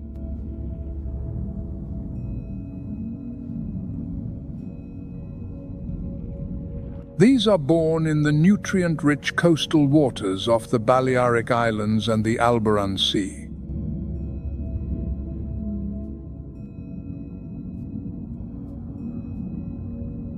Then, after 4 to 6 years, they return to the very place they were born to reproduce.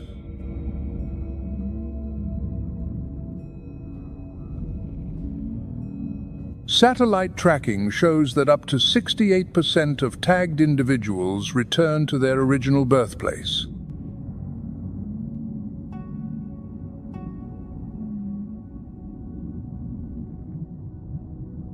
They spawn in the summer, from May to July, when water temperature and salinity reach optimal levels.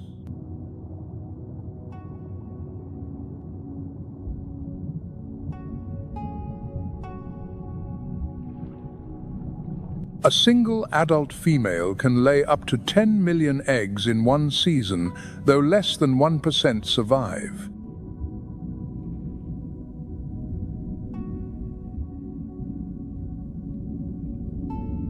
Commercially, the Atlantic bluefin tuna is of staggering value.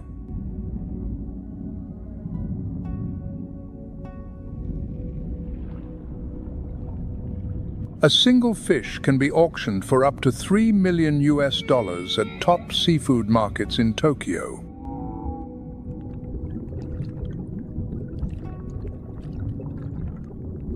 Their prized belly section, known as toro, has a melt-in-your-mouth texture and a rich, fatty flavor. But toro is not just a delicacy for humans, it is also a favorite target of orcas.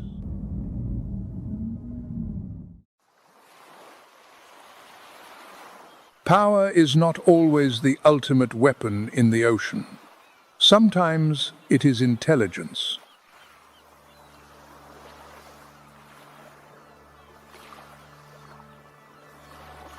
These orcas are not just predators.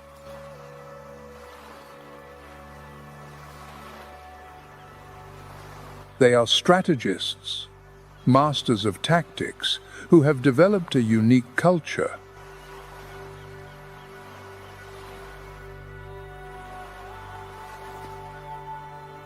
They have observed, learned, and passed down knowledge from one generation to the next. How to exploit the labors of man.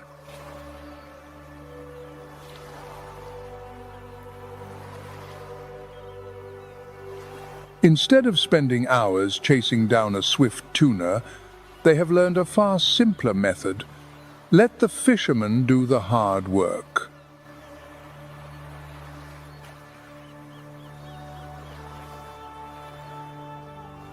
The act that is about to unfold is not merely theft.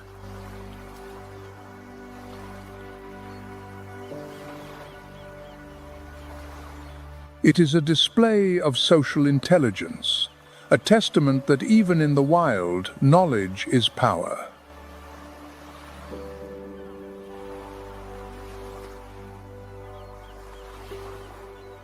Beneath the deep blue waters of the Alboran Sea, pods of orcas are often seen patrolling the tuna fishing grounds.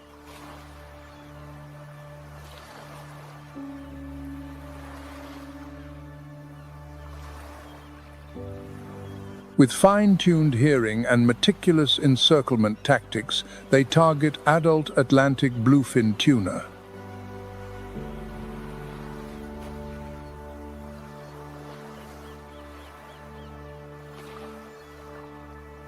Hunting a bluefin tuna can take hours, requiring extraordinary endurance and cooperation.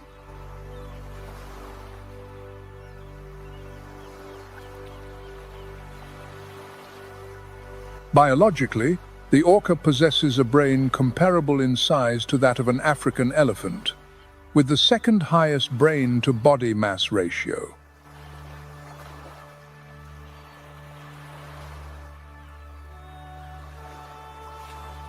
Their neocortex, the region associated with emotion and social cognition, is highly developed.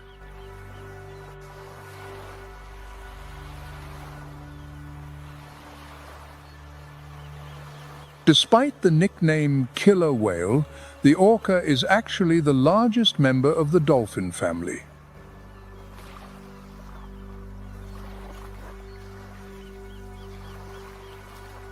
Evolutionarily, they diverged from their closest dolphin relatives about 2 million years ago.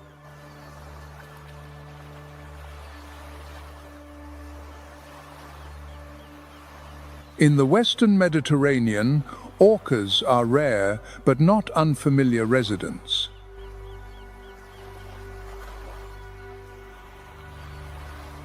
They are most frequently observed around the Strait of Gibraltar and the Alboran Sea.